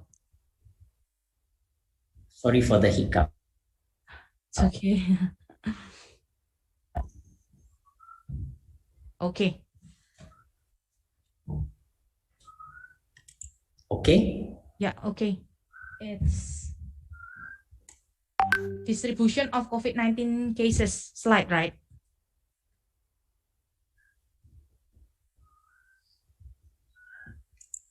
Yeah. Okay. Okay. So this, are you seeing the graph now? Because I have problem here. Yes, we see the graph. We see the slide of distribution of COVID-19 cases with the graphic. Because right? I have problem on my side because I can't. There's some thing going on here. Let me just probably move to the next slide. Okay.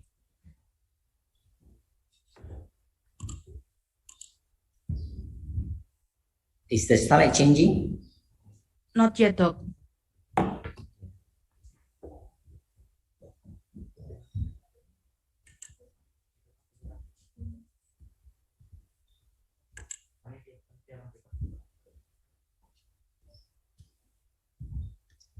Dr. Muhasmi, Yeah. how about if we try to pick up you from here? We will Yes. show the slide. Okay. Yeah, okay. Kindly wait. I just stop here. Okay.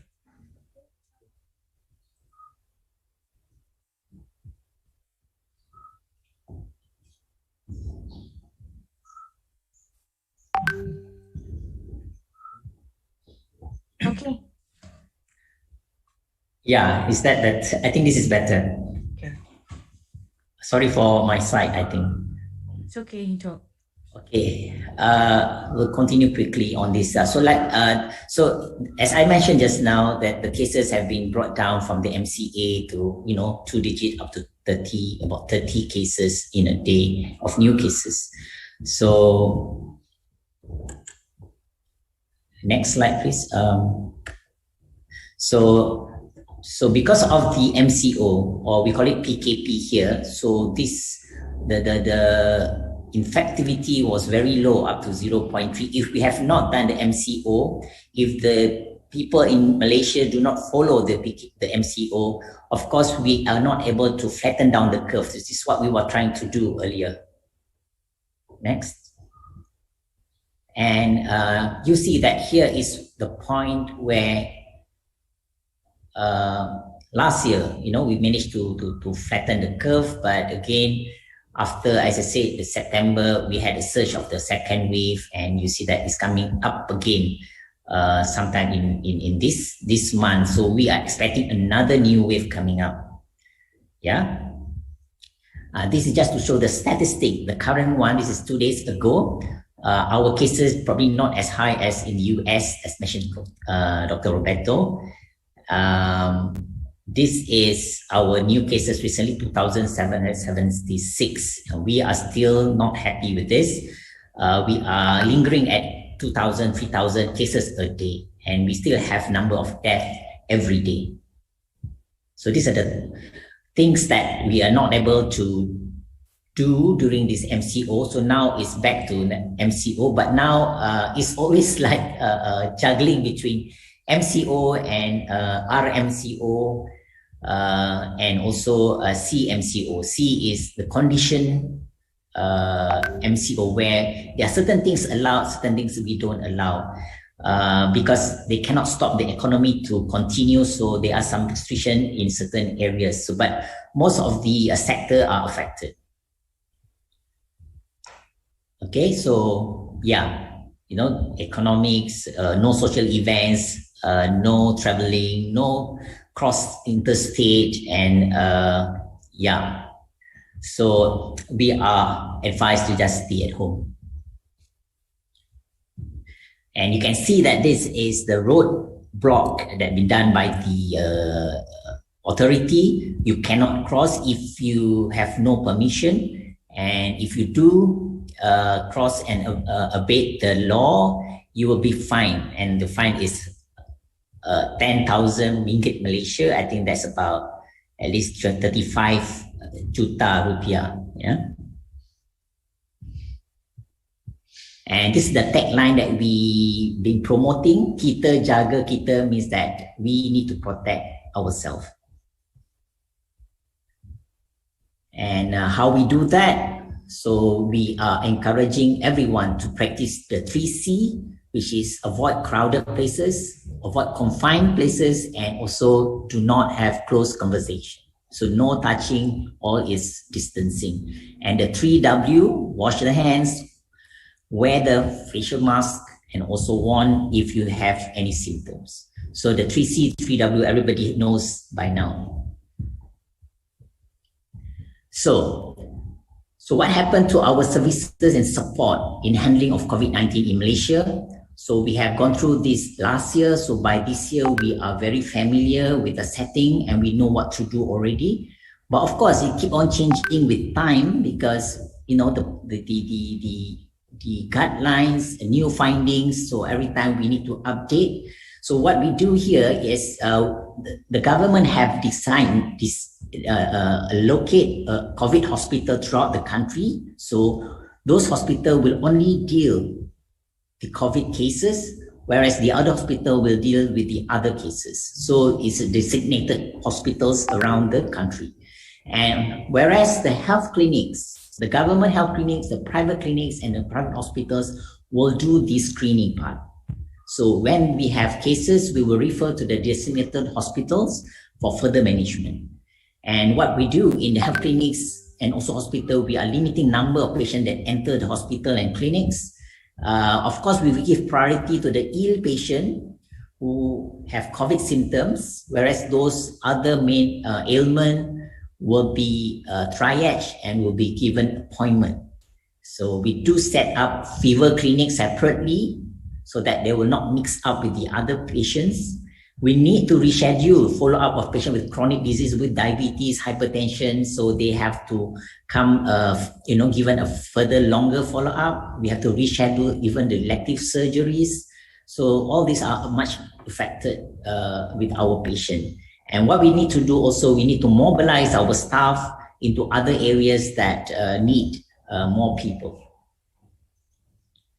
So because of this pandemic, I think it's also a good thing that we discover that we managed to use or increase usage of online services that we have not explored before.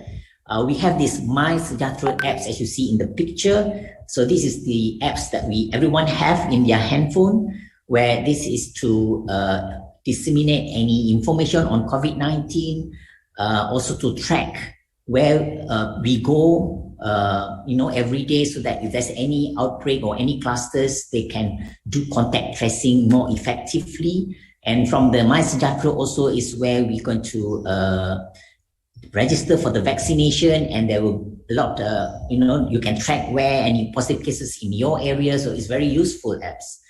And we have also online appointment system nowadays. So no more like those walk in, and the clinic is not crowded anymore like before. So it's more organized with the online. People are more happy with this, and they understand the need of it. And we also have this Tamu online. It's not online, it's a phone call. So patients do not need to come to the hospital to know their blood results or any test results. So it's all just by a phone call, a scheduled phone call, so that we can just inform the results and advise accordingly. And we have this monitoring of home quarantine. Those who have been quarantined at home. So we got monitor online through the Cosmos system. So we can check whether they are okay, if there's any symptoms, or if they are getting worse, so we can take action immediately. And we are also moving towards having a teleconsultation online with our patient without patient need to come to the clinic or hospital. So you see that this is what's going on in the clinical services. Dr. Mohasmi, sorry for interrupting. You have 5 minutes left. Okay. Thank you. I'm going to just quickly go through the screening centers we have, to screen all the patients who have symptoms in the health clinics, emergency units, private centers, and drive-through as well. And we don't screen everyone, only those suspected patient or close contact. And we do the nasopharyngeal and oropharyngeal swab. And we use the RTK antigen and RT-PCR tests. Just quickly to show you, this is next, the rate of tests that we have done so far. That's up to almost 66,000. Then tests that we have done, only 2,000 plus is positive. That's about only 4%. And that is to show you, those drive-through facility of screening that we have. And on the assessment part, of course, the clinician will assess patient according to the category 1 to 5, whether they have symptoms, mild symptoms, or severe symptoms. Then we manage accordingly. And next is the management. So initially, all positive COVID-19 cases are admitted to the hospital, but since we have too many, we cannot occupy our hospital, so we only admit the category 3 to 5. Category 1 and 2, which is mild, they are managed at home or at the low-risk COVID quarantine treatment center. Next. So this is what treatment being done or given to our patient here. If you are category 1 or 2, usually there's no treatment required, only close observation of the vital signs. Category 3 is more of supportive treatment, may consider the antiviral, but category 4 and 5, where we consider those antiviral, convalescent plasma, and also prophylaxis from blood clot. Of course, category 5, they need to be admitted to the ICU support. So these are just to show you the quarantine that we have. So we have various areas of quarantine, and usually they are quarantined for 14 days, but now with the new guidelines, only 10 days. Okay, the next 4 slides actually just to show you what I'm to share is the role of family medicine specialists like me, because every health clinics in the government, we have a specialist. And before we just confine our role in the clinic, but with this COVID-19, our role have expanded. We need to do more for administrative, education. We need to coordinate the management with the other departments and the government bodies, also with the NGOs. Can we just keep all the next 5 slides? Yeah, this is just to tell you that, the role of family medicine have increased, and we are very busy. trying to educate the public, trying to also giving advice and expert to the other departments. Moving on, next. So the last bit is on the vaccination, because I think this is what I think most of us are waiting for, because I think finally we have the vaccination available. So in our country, we aim to get 80% coverage of vaccination to achieve herd immunity. And however, the registered rate for vaccination is still low, and I think this is more due to the misconception and because the anti-vaccine groups that against this vaccination. And this vaccination is delivered at appointed health centers or even at the private GPs and community centers. And again, as I mentioned just now, all this vaccination is being monitored via the apps of My Sejahtera, very efficient. And we have the 3 phases. Phase 1 is the frontliners. Phase 2 is for the high risk group, for elderly, for those with chronic disease. Phase 3 is for the adults. So now we have covered phase 1, we are entering phase 2. And the type of vaccine used in Malaysia of various types, because we cannot afford to only have one type because of the supply. So for the frontliner, most of them receive Comirnaty from Pfizer, the mRNA vaccine. I think for the phase 2, they are starting to use Astrazeneca, COVAX, and also later I think we're going to get those from China, Sinovac, as well as from Russia, Sputnik. And usually it's 2 doses, which is given 2 to 3 weeks apart. It's not compulsory, so we can, patient can decide whether they want to take it or not. But if they want, they need to give consent, and it's free of charge. Okay, and all are included, including HIV, cancer, and pregnant patient. Of course, they need to do a pre-vaccine assessment before getting the vaccine. Next. So, next. So yeah, so they get all this assessment before that they receive the vaccine to make sure that they are fit. Next. So far the side effects that we observe are very mild side effect. For example, pain on the injection site, fever, body ache, headache, nausea, which is tolerable. So far, there's no fatal or severe side effect documented with the vaccine received. However, we also note that those who had vaccinated from the frontliners, they get infected after receiving the first dose, and also those with the second dose as well. So this is something that we note. And because of that, we still emphasize on the 3W and 3C, so that it's not only because you are vaccinated, you are protected, it's not 100%. Yeah, so this is the rate of vaccination so far that we have done in Malaysia. We have covered for the full vaccinated 2 doses, 1.6% only. So it's still far from the 80%, you see. So we have UPIN and IPIN to help us to promote the vaccination. So the tagline now is Lindung Diri, Lindung Semua. Protect ourselves, then we can protect the others for the herd immunity. Next. So some may ask, even we have vaccine, our immune system still need to be boosted. We still have to boost our herd immunity. So how do we do? Normally, I will advise my patient to next. This is a general advice, enough rest, enough sleep, good nutrition. They say, you need to take to more vitamin C, but it's not evidence to combat COVID-19. But, it's still a good advice to take vitamins and supplements, manage your stress effectively, and, stay active and exercise. So this is still a mainstay to increase the immunity besides the vaccine. Next. However, the mainstay to increase immunity in the objective way is still the vaccine. So this is still the best evidence that we have at the moment. Yeah. So we advise everyone to get vaccinated, and of course not to forget about the social distancing as well as the hand hygiene, because that cannot replace the vaccine.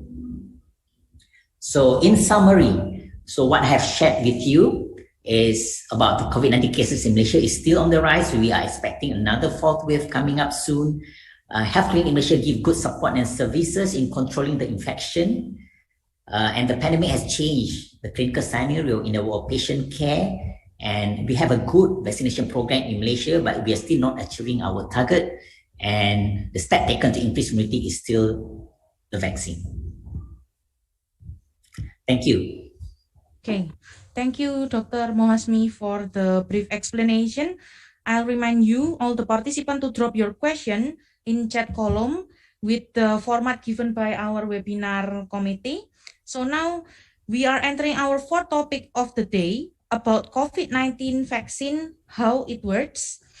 It will be given by our fourth speaker, Dr. Gatot Sugiarto, medical doctor, specialist in internal medicine, KI Vaccination. Can the technician share the CV? Okay, this is the CV of Dr. Gatot Sugiarto. Dr. Gatot, the time is yours. Thank you for the nice introduction, Dr. Yonita, and also for the organizing committee for inviting me as the one of the speaker in this distinguished meeting. Yeah, although we cannot meet by face, but I think by doing Zoom conference, we can have more participants. Let me share my slides. Have you seen my slides already? Yes, Doc. Okay. Thank you. Thank you very much. So,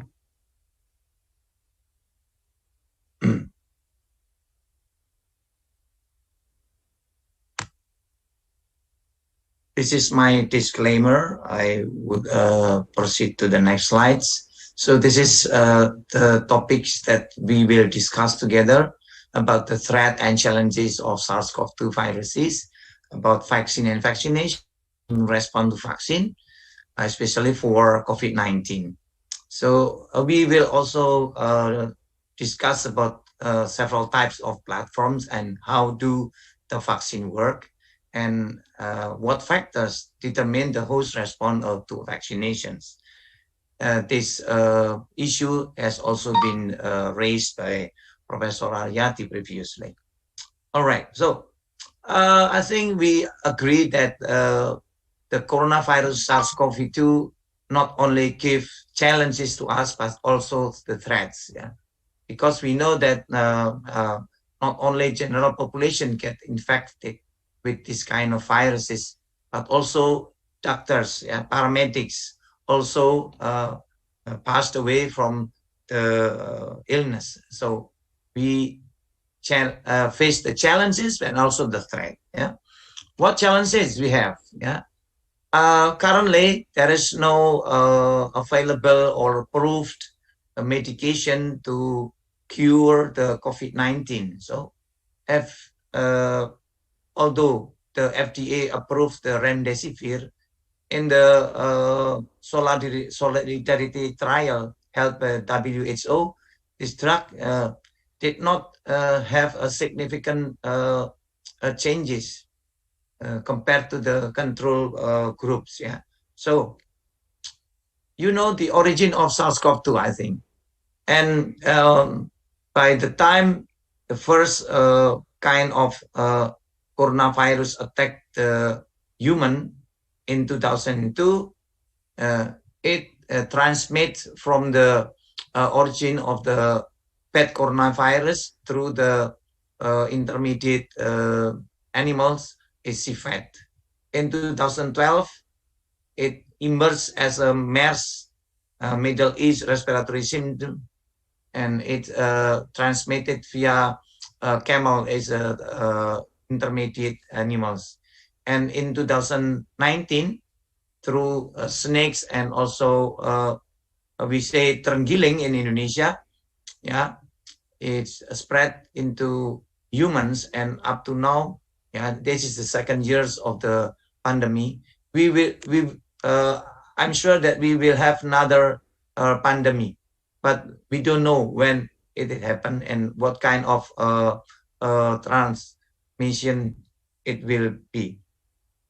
So this picture shows that from the origin to the intermediate animals, it can infect the human, and human can then spread directly to other humans via multiple mechanisms, small droplets, airborne, large droplet, direct contact, and also direct contact with contaminated surfaces. And if the infected person is a woman, and the woman can be pregnant, so there is also an evidence that the woman can transmit the infection into the fetus, and when the newborn detected, it is suffered from the perinatal SARS-CoV-2, although the number is still very small. Yeah, I think you have familiar with these pictures because Prof. Aryati also shows you the same pictures. The concerns of these pictures is the spike glycoprotein, which used by the virus to bind into the specific receptor in our body, which is H2, and the co-receptor is TMPRSS2.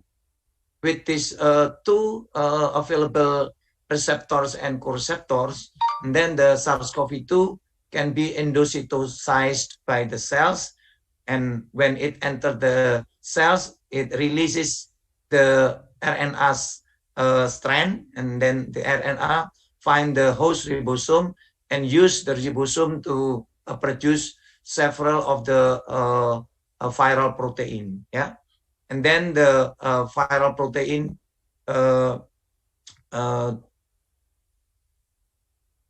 synthesized and then put into structure together before it emerges as a new virus and then released. Yeah, you don't imagine that only one virus resulted in one virus. Yeah.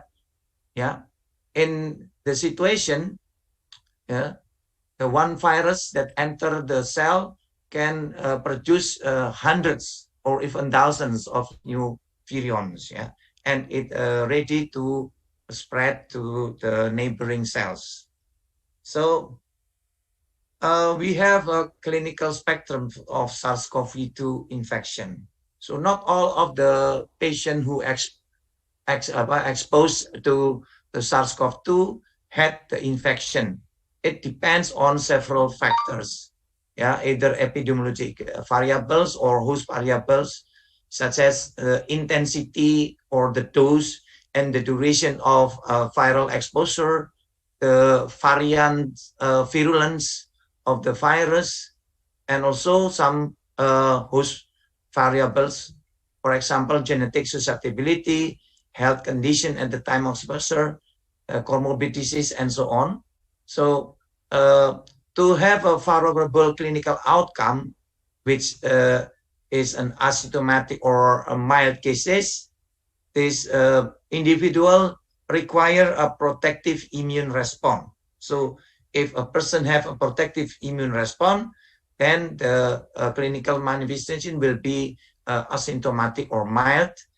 On the contrary, if there is an immune dysregulation with acute inflammation, cytokine storm, the vice versa will happen. The disease manifestation will be moderate to severe and even to death. So the immune system and the dose of the exposure is a very important factors. Yeah. So when there is no effective cure for COVID-19, what else can we rely on? We don't have any medication. Yeah.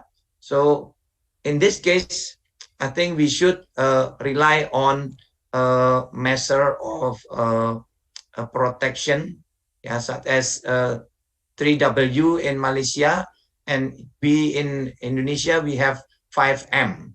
yeah, wearing masks, yeah, washing your hands, yeah, have a distance, do not go into crowd situations, and then if you do need to go to anywhere, just stay at home. But it is not enough.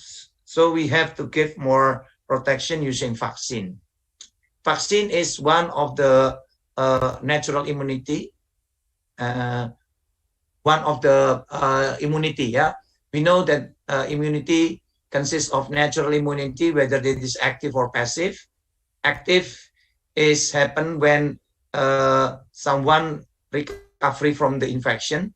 Passive is the mother transfer the antibody via transplanted cell. And artificial immunity, active, is happen when we give vaccination, or passively when somebody get some injection or infusion of antibodies. So in this cartoon, we can see that when we vaccinate the person, yeah, we give the person with attenuated or inactivated pathogen or parts of the pathogen, which can be captured by antigen presenting cells, which then presented to helper T cells.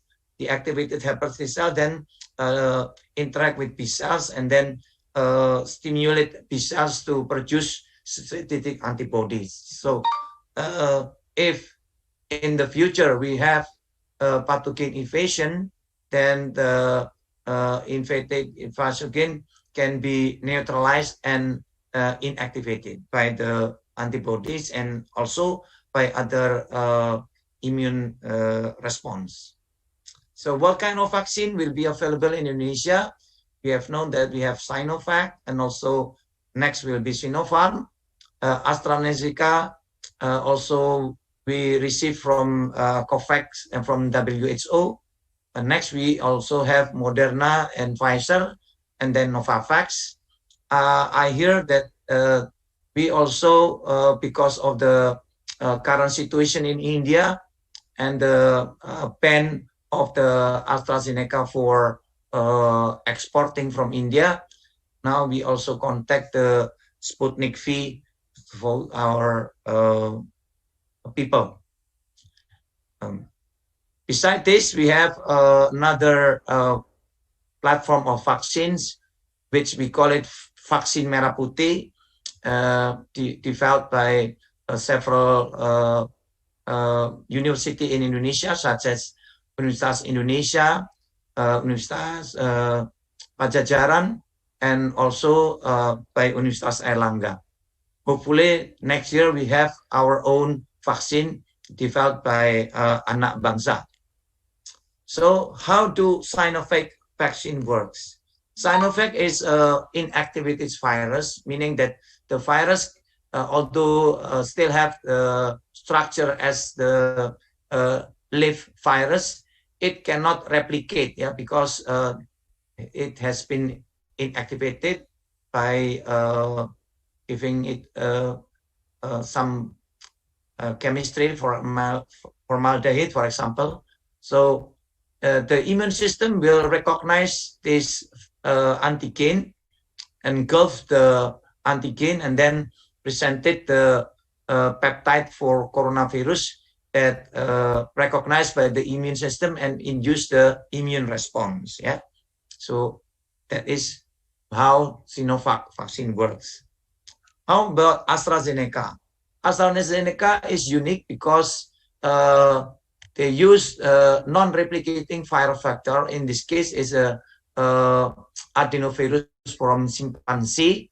The adenovirus have some gene inactivated so that the virus cannot replicate, but then that they insert the gene for coronavirus spike. Yeah, when this kind of vaccine injected, antigen presenting cells that engulf the viral vector can then produce the corona spike peptide and expose it in the outer member of the cells and can be identified by immune system and stimulate the immune response. I will show you this kind of video about several other platforms of vaccines.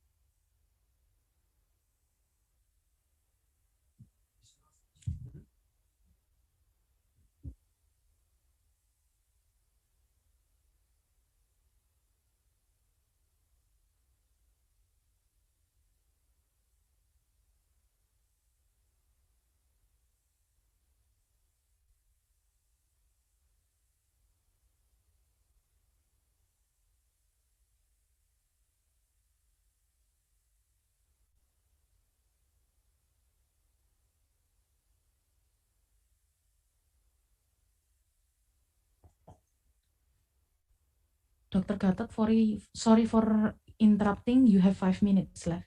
Thank you. Okay.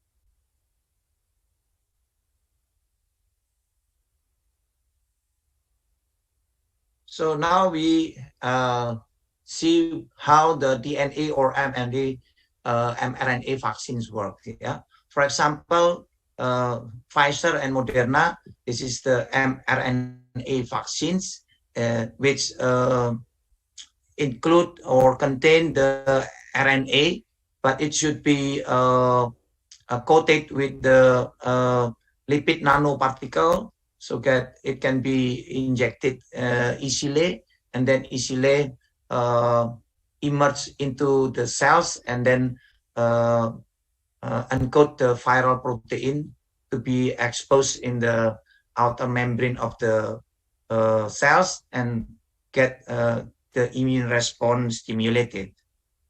The next is other vaccine. We know that the protein subunits such as Novavax, it's only contain the spike protein and M protein of the virus, and when it is injected, it directly identified the immune system and induce the immune response. So most of the vaccine will be given into injection because normally after the second injection, we will only have a secondary immune response with high IgG titer, which should be able to neutralize the incoming vaccine. So this is the expected immune response of the vaccine after vaccine material captured by antigen presenting cells. Peptide will be presented into the CD8 T cells, induce the differentiation of the CD8 into the effector cytotoxic T lymphocytes, which give the cellular immune response. It is also expressed by the MC class 2 to CD4. The activated CD4 will also help CD8 and also macrophage. The interaction with the B cell will induce the production of antibody, which give the humoral immune response. So we have cellular immune response and humoral immune response. Yeah. So this is how antibody kill the extracellular pathogen. Yeah. The antibody is beneficial when the pathogen is still outside of the cell. Yeah. But when the virus or the pathogen has come into the intracellular compartment, the antibody will no longer useful. So we have another tool to kill the virus using the cytotoxic T lymphocyte with perforin and granzyme, knocking the cell membrane, and then when the cell membrane is broken, then the cell itself is died, and also the virus inside the cells. So there are many factors that determine the response to the vaccine: the age, the gender, genetic susceptibility, of course, the diet and nutrition, smoking, alcohol consumption, morbid disease. There are also several external factors: infection with other pathogens, the use of antibiotics and other medication that can interfere the immune response, also the presence of the psychological stress. Besides of course, the factors of the vaccine, which is the type of vaccine, the dose, and the method of administration.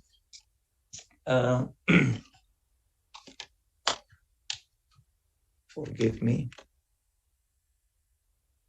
And also the type of adjuvant being used. So even we have been vaccinated, there is no 100% guarantee that we will not get the infection. So before the herd immunity in the world population, not only in our country, but also in the world, is reached, we will not be able to survive from this pandemic. So we still have to apply and follow strict medical health protocol, such as 5M, yeah, in Indonesia. I think that's all for my presentation. Thank you very much for the attention. Thank you very much, Dr. Gatot, for the brief presentation and very nice short movie and animation you have in your slide. Very informative. Thank you. Now, before we continue to our last session, we will have short commercial break. Thank you for PT Anugrah Santosa Abadi for supporting our event.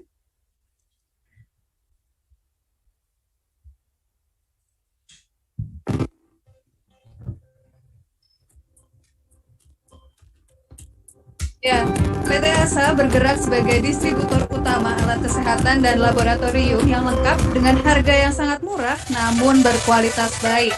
Mulai dari alat hematologi, kimia klinik, imunserologi, ELISA, POC, rapid test lengkap, elektrolit, vacuum trainer, centrifuge, dan mikroskop, dan sebagainya.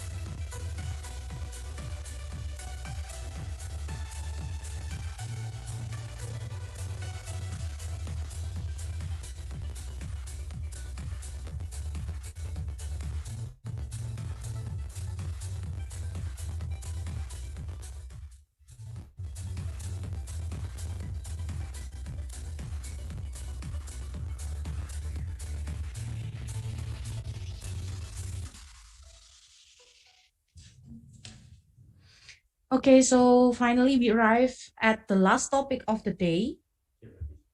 The fifth session is about challenges and opportunities for immunologists during COVID-19 pandemic will be presented one by one of our alumni. Please welcome Dr. Arif Rahman Nurdianto, Medical Doctor, Master of Immunology, Head of Puskesmas Rosobo, Sidoarjo, East Java, Indonesia. Can the technique? show the curriculum vitae.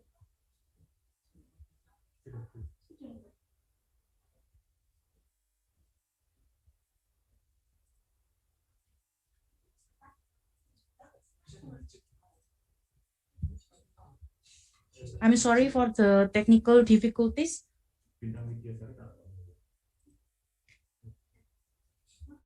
Okay. Kindly show the CV of Dr. Arif. Okay. Dr. Arif, now the time is yours.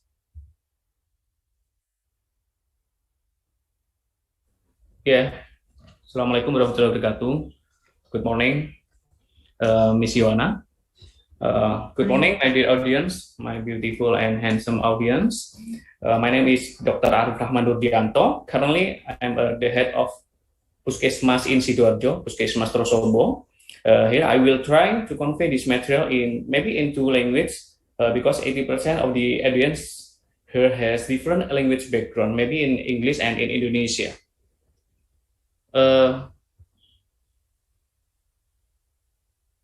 Okay.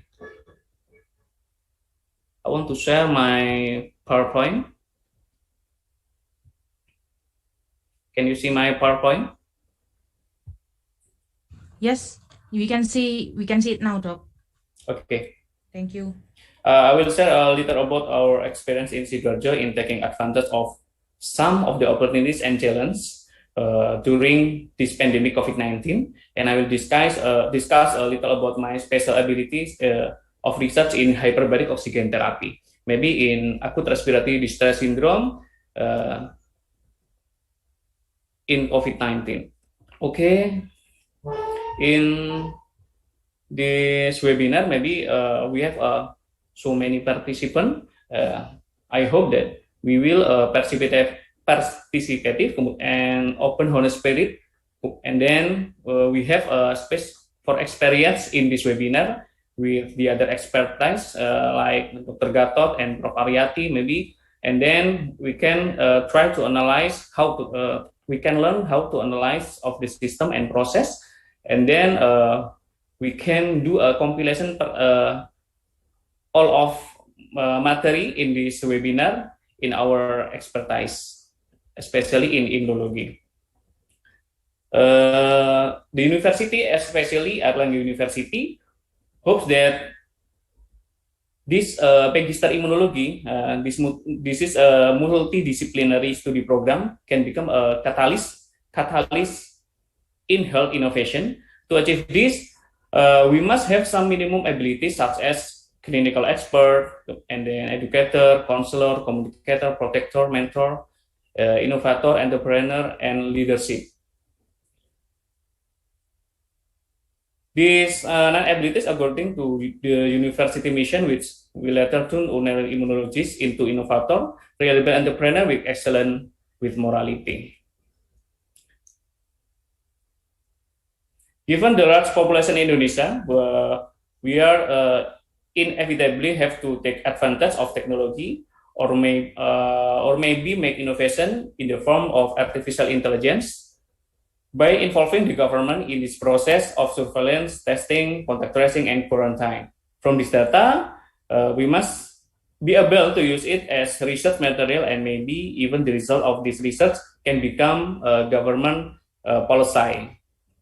And then during the pandemic, we have learned that the ability to capture real-time data, estimate this data, and analyze it to make decision can be challenging. For example, despite investment in electronic health record, we can say with its AHR, the system have not necessarily met the complex data needs of hospital in this particular crisis. We need something that layers on top of EHR for collecting, aggregating, and sharing data.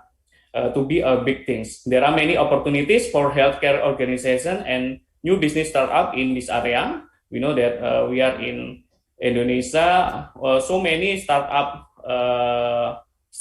men and startup entrepreneur in Indonesia, and then collecting data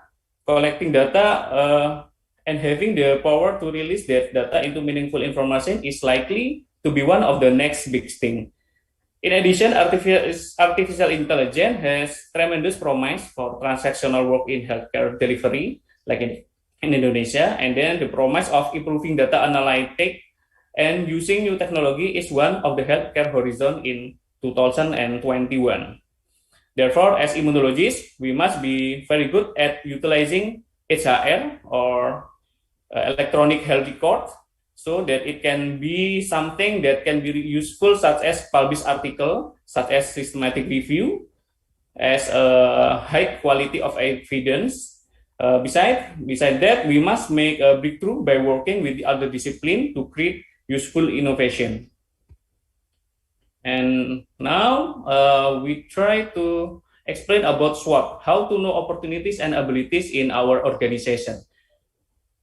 As a student, maybe right now we are working in some department, maybe in puskesmas, maybe in hospital, in university or the others, or etc. For the first time as a practitioner in the field who certainly has various background, we know that immunology is a study program with various scientific discipline. Maybe there are immunology, and then medical dentistry, and then forensic medicine, and the others. So when we get a collection of problem during this pandemic, we have to identify them, then do an USG. What is USG? USG is urgency, seriousness, and growth about the problem. And then after that, we do a scoring and finally find the main problem that we have to overcome. After that, we do a SWOT. SWOT is strength, and then we try to mention our weakness, and then our opportunities and our threat. And after that, we will be able to determine what step we have to take to solve the problem. Maybe in strength, what can do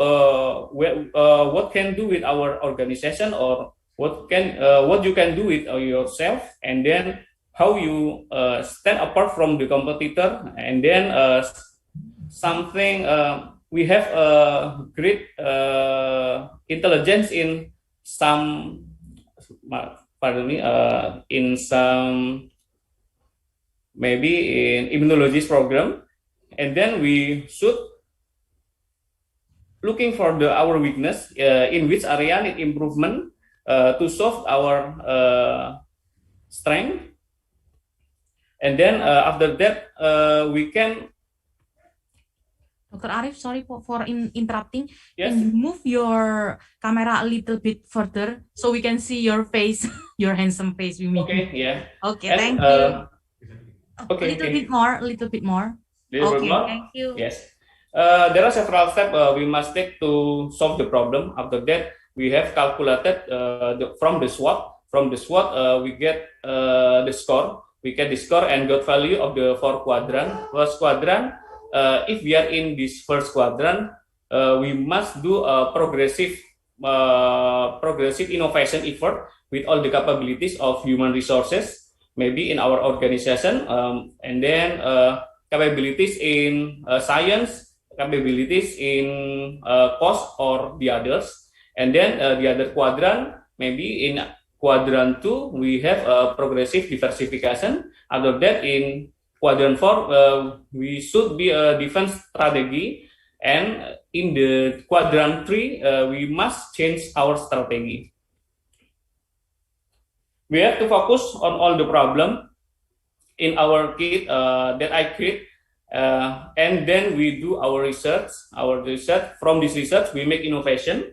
After we make innovation, involve the government to make a regulation, and then artificial intelligence or product, etc. After that, we can application in community or customer. After we doing application in community or consumer, we must evaluating with POACE again. POACE is planning, organizing, actuating, controlling, and evaluating again from the first things. And take home message in this seminar, just because a vaccine is given in our people doesn't mean that sufficient proportion of the country is protected.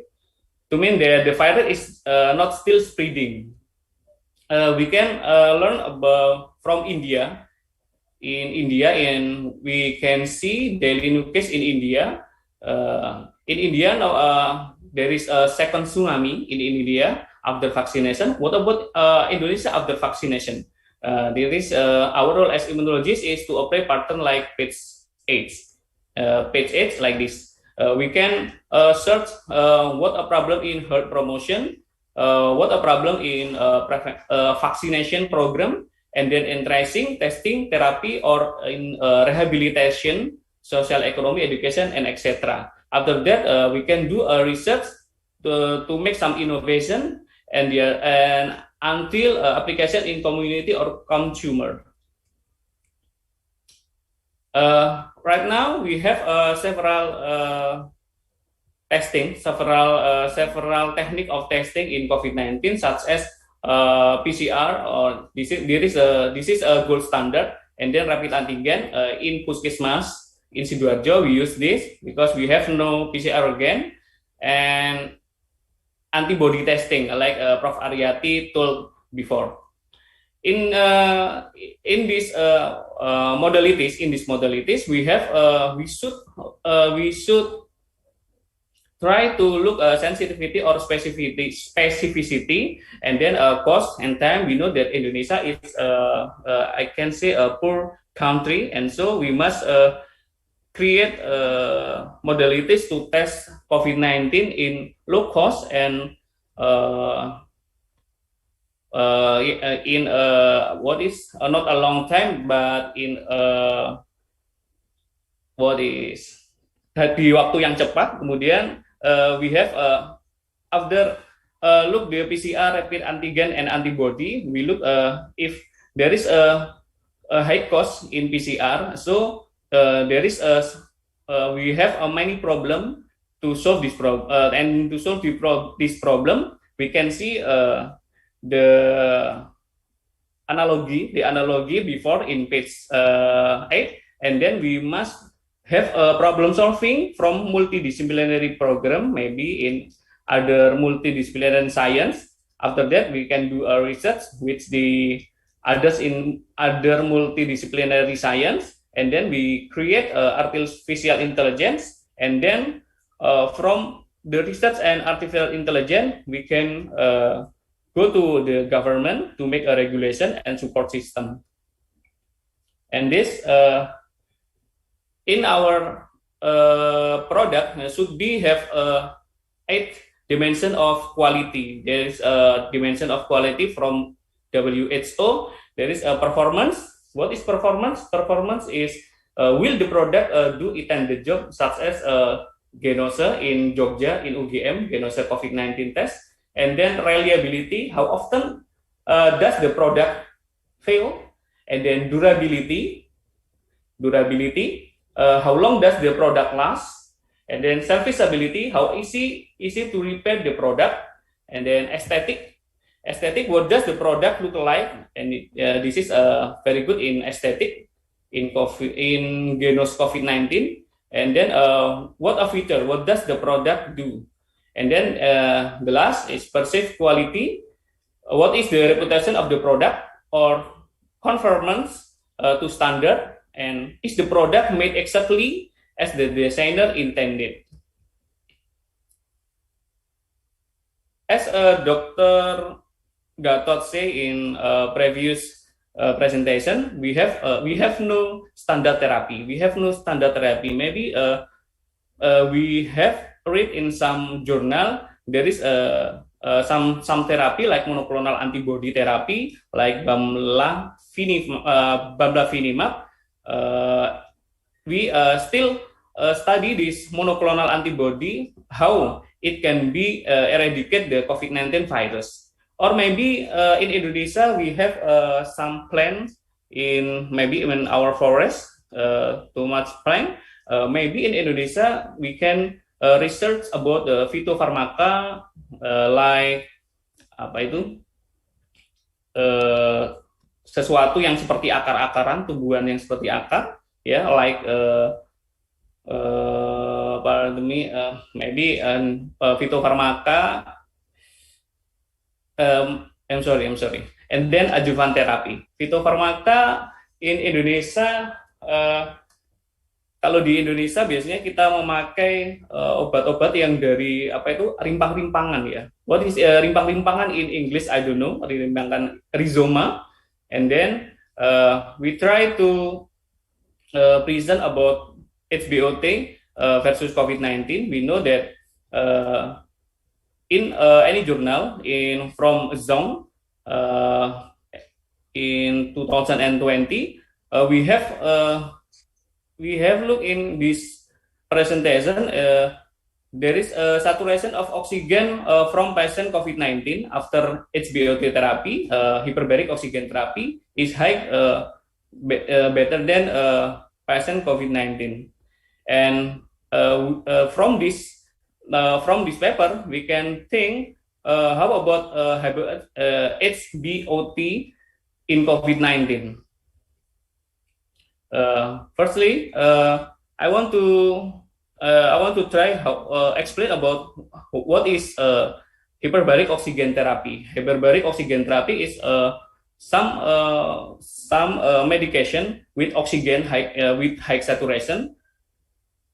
Yeah, with high saturation. In this therapy, we can increase our oxygen saturation in plasma until 200 millimeter Hg, and then di sini nanti dia lebih daripada pasien-pasien yang menghirup udara dengan nafas biasa. Kita bisa meningkatkan tekanannya, and then we know that tekanannya berapa ATA. Dengan meningkatkan 3 ATA, maka oksigen yang terlarut di plasma akan sangat meningkat dengan tajam, melebihi dari capacity from hemoglobin in red cell human. In red cell human with 1 ATA, we know that there is 100 mm Hg in arterial pressure. But with 3 ATA, dengan tekanan 3 ATA, kita bisa meningkatkan saturasi oksigen hingga mencapai 2000 mm Hg. Dan tingginya the high concentration of oxygen in arterial blood, in our arterial blood, have many effects like in mitochondria, in calcium, and endothel. Firstly, in mitochondria, with a high concentration of oxygen, we can maintain ATP level with reducing intrinsic ROS production, and then we can increase BCL2 anti-apoptosis, and then we can reduce bugs, reduce caspase, and reduce apoptosis from the COVID patient. Kemudian, and then from the calcium, with hyperbaric oxygen therapy can select calcium from cytosol cell and stabilize natrium and kalium ATPase, and then can stabilize calcium dependent enzyme. And after that, this hyperbaric oxygen therapy can decrease IURI production of glutamate and cytotoxic edema, and this is very have a benefit in ARDS patient. Third, hyperbaric oxygen therapy can induce endothelium to reduce expression of ICAM1. With a reduce of ICAM1 in endothelium, ARDS can be prevented in COVID-19 patient. And then we can reduce expression of integrin beta 2, with reduction in integrin beta 2. It can be reduce damage of our pulmo, and then we can reduce endothelin, aquaporin, and chemokine. With a reduce in endothelin, aquaporin, and chemokine, our RRDS in COVID-19 patient can be prevented. Dr. Ari, sorry for interrupting. Yeah. You have 5 minutes left, and also can you move a little bit further? Okay, so thank you. Yeah, I'm sorry. Okay, thank you. Ya, saya coba dibahas biar cepat sehingga saya bisa jelaskan hypothesis of HBOT in COVID-19 dengan pemberian HBOT ini masih di hipotesis kami. Jadi dia bisa meningkatkan increase our oxygen arterial pressure. Dengan meningkatkan oxygen arterial pressure ini, dia akan meningkatkan prolyl hydroxylase will be increased, and then it can decrease HIF1 alpha protein, HIF1 alpha, di mana saat HIF1 alpha ini menurun, maka terjadi pergeseran dari makrofag dari M1, terjadi shifting dari makrofag yang sifatnya M1 menjadi M2, di mana nanti dia dengan berubahnya makrofag 1 ke makrofag 2, dia akan merubah dengan meningkatkan arginase, maka arginase akan meningkat karena M2-nya meningkat, and then L-ornithine juga meningkat sehingga tumor growth factor beta can be increased and bisa menekan CD196, di mana CD196 bila turun ini atau biasanya kita kenal dengan TH17, dengan turunnya TH17 ini maka produksi dari IL-17 ini akan turun dan akan menurunkan inflamasi in COVID-19 pasien. With a decreasing inflammation in COVID-19 patient, ARDS can be prevented. The other mechanism is by increasing FOXP3 with low level of HIF1 alpha, with high FOXP3 concentration in cell, IL-10, IL-10 and tumor growth factor beta will be increased and can be prevent inflammation of COVID-19 patient.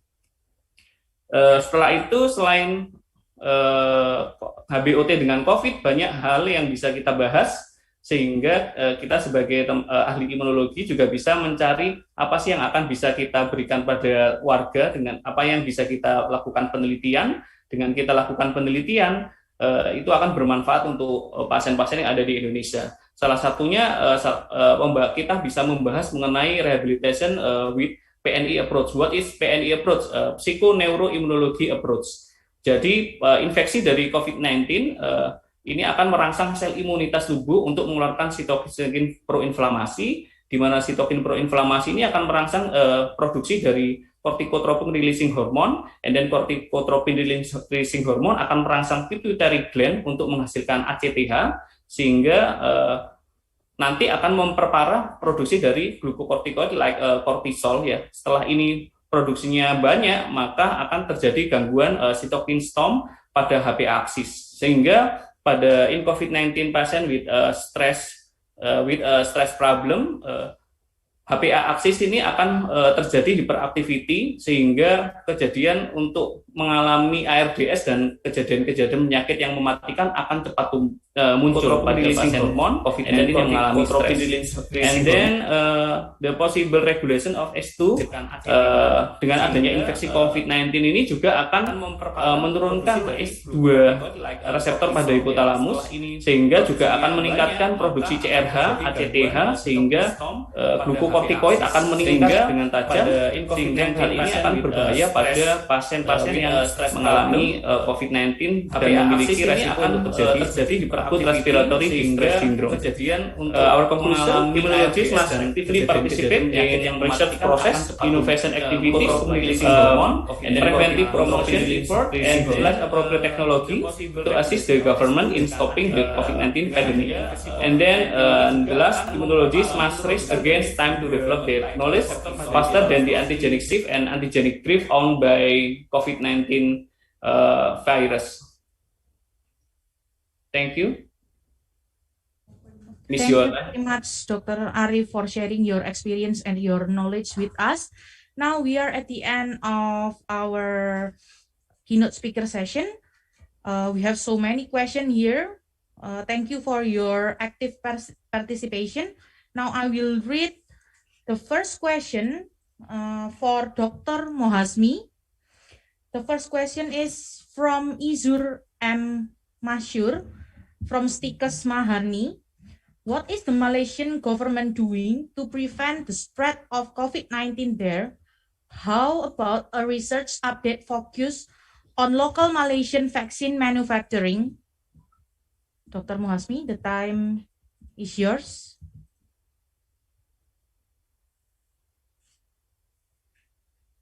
You still muted your microphone.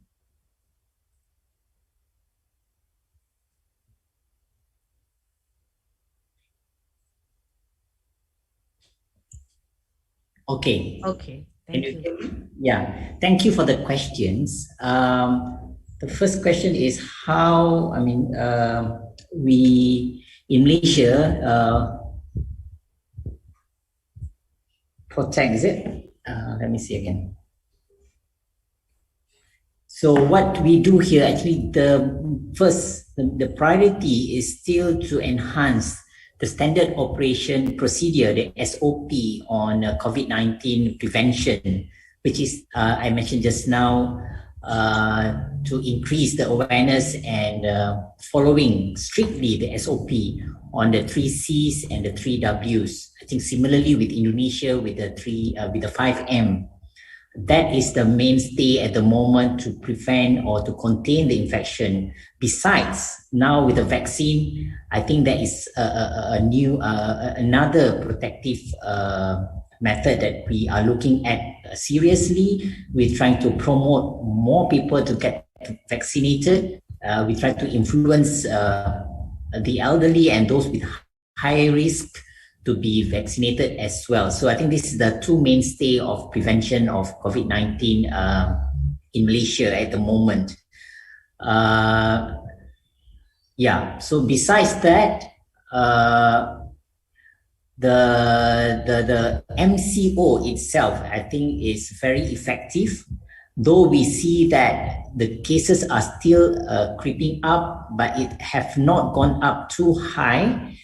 We managed to bring it down now, but we see that the MCO need to be also followed by everyone in the country. So it is really strict now. They are actually looking at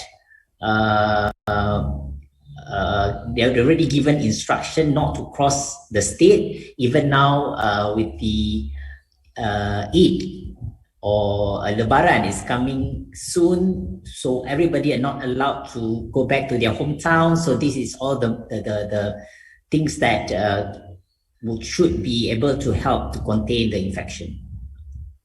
And I think the question was also asking whether there's any local Malaysian manufacturing of vaccine. At the moment, as far as I know, there is no local production of vaccine in Malaysia, but there are already some work or research done with the foreign countries who are interested to work with us in Malaysia. And I think this is a good sign that we are also going to produce our own vaccine in near future. Okay, thank you so much for the answer, Dr. Mohasmi. Now move to the second question. We have a question for Dr. Gatot. Is from Umar Siddiq Hazara University, Dodail, Mansera. What is the difference between COVID-19 and seasonal allergies, and those having seasonal allergies increase risk of contracting COVID-19 or having more severe symptoms if I do contact COVID-19, and can we prepare our body against COVID-19 by using medicine of seasonal allergies? Yeah, I understand the questions. It's been raised before. Actually, COVID-19 is very different with seasonal allergy, because COVID-19 is a viral infection, while seasonal allergy is an allergic inflammation, which is caused by the allergic reaction to harmless environmental substance, for example, pollen, house dust mites, etc. But in seasonal allergy, usually the main allergenic substance is from pollen. Yeah. So because it is a different one, you cannot use one medication to cure the others. Yeah. I have said before in my presentation that currently there is no approved effective medication for COVID-19. So we cannot use what kind of seasonal medication for seasonal allergy. We cannot use that kind of medication to cure COVID-19. Although, for example, because the symptom is more or less the same, for example, both of them have some fever, maybe, then you can use the paracetamol to cure the fever, yeah. Influenza, for example, and COVID-19 is more or less the same infection, because corona is also the kind of virus that used to give people upper respiratory infection. But in seasonal allergy, there's no fever, yeah, because there is only allergic reaction which do not manifest as a fever. So that is the different type of infections, and the other one is the allergic reactions. I think that's my best answer. Okay, thank you, Dr. Gatot, for the answer. Now is the third question for Dr. Arif. From Desi Emma, Poltekkes Mataram, what must we do as a laboratories if the coronavirus has mutation but can detect it by PCR with the usual reagent, so it will be a false negative? Okay. Dr. Arif, the time is yours. Okay. Okay, thank you. What must we do? What must we do as laboratories? We can send our sample in other laboratory to check. Maybe in laboratory we know that there is a duplo. We can do a second opinion with sending our sample to the other laboratory, like in TDC Center, Tropical Disease Center in University of Erlangga. Maybe like this, Miss Yonita and the others, we can look the symptom from the patient, clinical sign or symptom, and then we can combine with antibody, maybe immunoglobulin G, IgG or IgM in that patient. Maybe our answer from Desi Erma. My answer for Desi Erma, Poltekkes Mataram. Yeah. And then what herbal medicine are usually used for adjuvant therapy for COVID-19? There is no evidence from journal with herbal medicine, but we can, as immunologists, we can looking some innovation from herbal medicine, maybe like from rhizoma or maybe from rimpang-rimpangan, ya, in Indonesia. Maybe we can do some in vitro research. Setelah itu kita bisa melakukan beberapa penelitian, misalkan bila hasil dari in vitro itu bagus, kita bisa melanjutkannya ke in vivo riset. Setelah itu baru ke manusia. Kita bisa coba melakukan beberapa penelitian dengan bahan-bahan dari Indonesia, seperti tumbuh-tumbuhan yang mungkin ada manfaatnya untuk pasien COVID-19. And then the last question from Dedi Adam Trosobo. Di Sidoarjo sudah terlihat melonggarkan protokol kesehatan. Not only in Sidoarjo, maybe in Surabaya or the other city in Indonesia, maybe in Malaysia, some citizen is semakin longgar, ya, not use masker, not use tidak menerapkan 3M atau 5M kalau di Indonesia. Hal ini yang saya takutkan nanti adalah euforia post vaksin, karena di Indonesia, Dr. Muhammad ini ya, daripada di Malaysia, kita mungkin jumlah vaksinnya tidak terlalu banyak di sana. Kalau di Sidoarjo, maybe 10% from our people in Sidoarjo have vaccinated, but ini orang-orang tidak mau memakai masker, masih beberapa tidak mau memakai masker, masih ada. Dan saya khawatirkan adalah sebelum kita mencapai herd immunity, minimal 70% vaksinasi in population, takutnya nanti kita malah seperti India, Jadi saat ini di Indonesia juga mungkin Dokter Gatot sudah tahu ya, euforia pasca vaksinasi ini sudah mengakibatkan banyak warga yang meninggal di India. So many people dead in India, dan saya khawatir juga misalkan kita sudah terlena seperti di India, kita tidak bisa mengatasi badai kematian yang sangat luar biasa. Adjuvan terapi yang kita tawarkan, kebetulan saya masuk dalam Perdohi, Persatuan Dokter Hyperbaric Indonesia. Mungkin untuk mengatasi ventilator, limited of ventilator machine in Indonesia, we can use hyperbaric oxygen therapy. Jadi kalau misalkan di Amerika atau di beberapa negara yang di Eropa seperti Prancis, mereka di rumah sakitnya dilengkapi dengan alat hyperbaric oxygen therapy, di mana dengan pemberian hyperbaric oxygen therapy ini kita bisa mencegah ARDS. Diharapkan bisa mencegah ARDS dengan meningkatkan arterial oxygen pressure di pasien COVID-19. Di mana nanti ada beberapa prosesnya, dia bisa menurunkan kerja dari TH17, kemudian bisa increasing IL10 in pasien COVID-19. Selain itu juga bisa menurunkan HIF1 alpha yang bisa berakibat pada decreasing of inflammation from pasien COVID-19. Begitu, Miss Yonita. Okay, thank you so much for the brief explanation, Dr. Arif. We still have time for our Q&A session. So I will read one more question. This last question is for Dr. Mohasmi. This question is from Tamrin Ahmad, Lili Terawangan. What about the effect of the vaccine for people in Malaysia? Did it also trigger positive COVID-19, or is it going to be a trigger to a new mutation? And how we enter Malaysia at the moment because he missed nasi lemak, he said.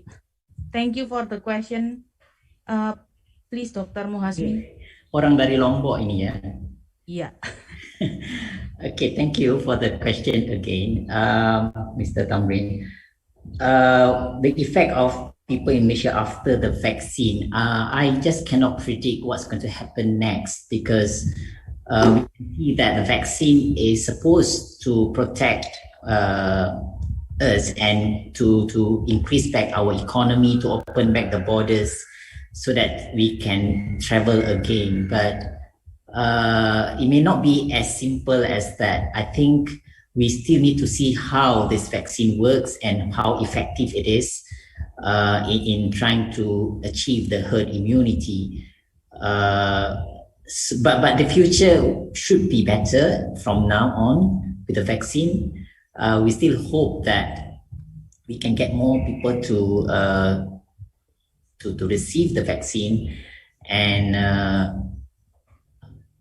the likelihood that we can receive again tourists in future would be I think would be a good sign. I can see that, but it's going to be very much stricter than before. So you can still get your nasi lemak, or maybe I still can probably post it to Lombok. Okay, thank you, Dr. Mohasmi. Okay, now I'd like to thank you so much for the speaker for the informative and very interesting presentation, and also to the all participants for very active participation. Hopefully this seminar will be beneficial for everybody. Now the session that you all waiting for, I will invite Miss Debbie to join us. Okay, thank you, Miss Debbie. Thank you, Miss Yonita. Okay, before we move to the happiness session, the door prize session, I would like to say thank you for all supporting universities that support this event so that this event can be held. And here is the list of supporting universities.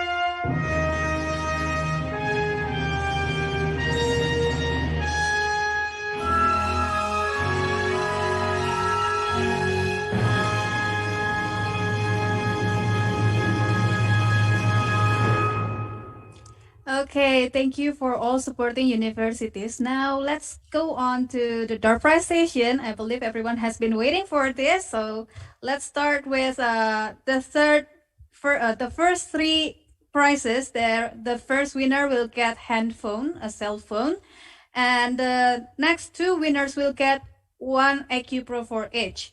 And the mechanism is still the same. So all participants who have dropped their questions, the names of the participants who have dropped their questions will be shown on the screen on the lucky wheel, and the Gamatis will show you the lucky wheel. And remember that please click a raise a hand on reaction box if your name is chosen. Apabila nama Anda tersebut muncul dalam layar, silakan klik raise hand dalam kolom reaction. Bagi peserta yang ada di YouTube, silakan tinggalkan komen hadir. Untuk yang menang aja ya, yang lainnya silakan ditahan-tahan dulu. Jangan khawatir, kita masih punya nih banyak hadiah lainnya ya. Don't worry for all participants, we still have more prizes ya. And all prizes are supported by PT Anugerah Sentosa Abadi, PT ASA. So the lucky wheel is here already, and let's start with the first winner that will get one cell phone. So I'd like to invite Dr. Mohasmi. Okay, Dr. Mohasmi, can you unmute your voice? So please say start after I count to 3, okay? Okay. Okay, so 1, 2, 3. Start. Okay, thank you, Dr. Mohasmi. Itu dia siapa yang kena? Yeah, who will be the winner nih? Siapa nih the lucky winner yang mendapatkan handphone supported by PT ASA? Semuanya pada harap-harap cemas nih nggak? Oke, siapa nih deg-degan nggak mendapatkan satu handphone? Oke, loh, screen-nya agak ada trouble dalam connection ini sepertinya. Oke, akan diulang lagi ya. Ada sedikit kendala teknis dalam hal jaringan. Kita akan ulang lagi. So sorry for the internet connection trouble. So we will repeat again. Mungkin nama saya tadi itu. Oh, namanya Dr. Mohasmi. Wah, beruntung banget nih. Ya, kita ulangi lagi ya untuk lucky wheel-nya. So we will repeat again for the lucky wheel. The first winner will get one cell phone, yeah. And the next two winners later will get IQ Pro, one for each. And remember that please click raise a hand reaction if you are on Zoom. And for the participants who are on YouTube, please left a comment if your name is shown on the screen. Okay, so the lucky wheel is ready already. Dr. Mohasmi again, yeah? Yeah, I'm ready. I will count to 3. So 1, 2, 3. Start now. Okay, thank you, Dr. Mohasmi. So who will be the lucky winner for this? I think Umar Sidik nih. Umar Sidik ya. Oh, ada ramalan ini.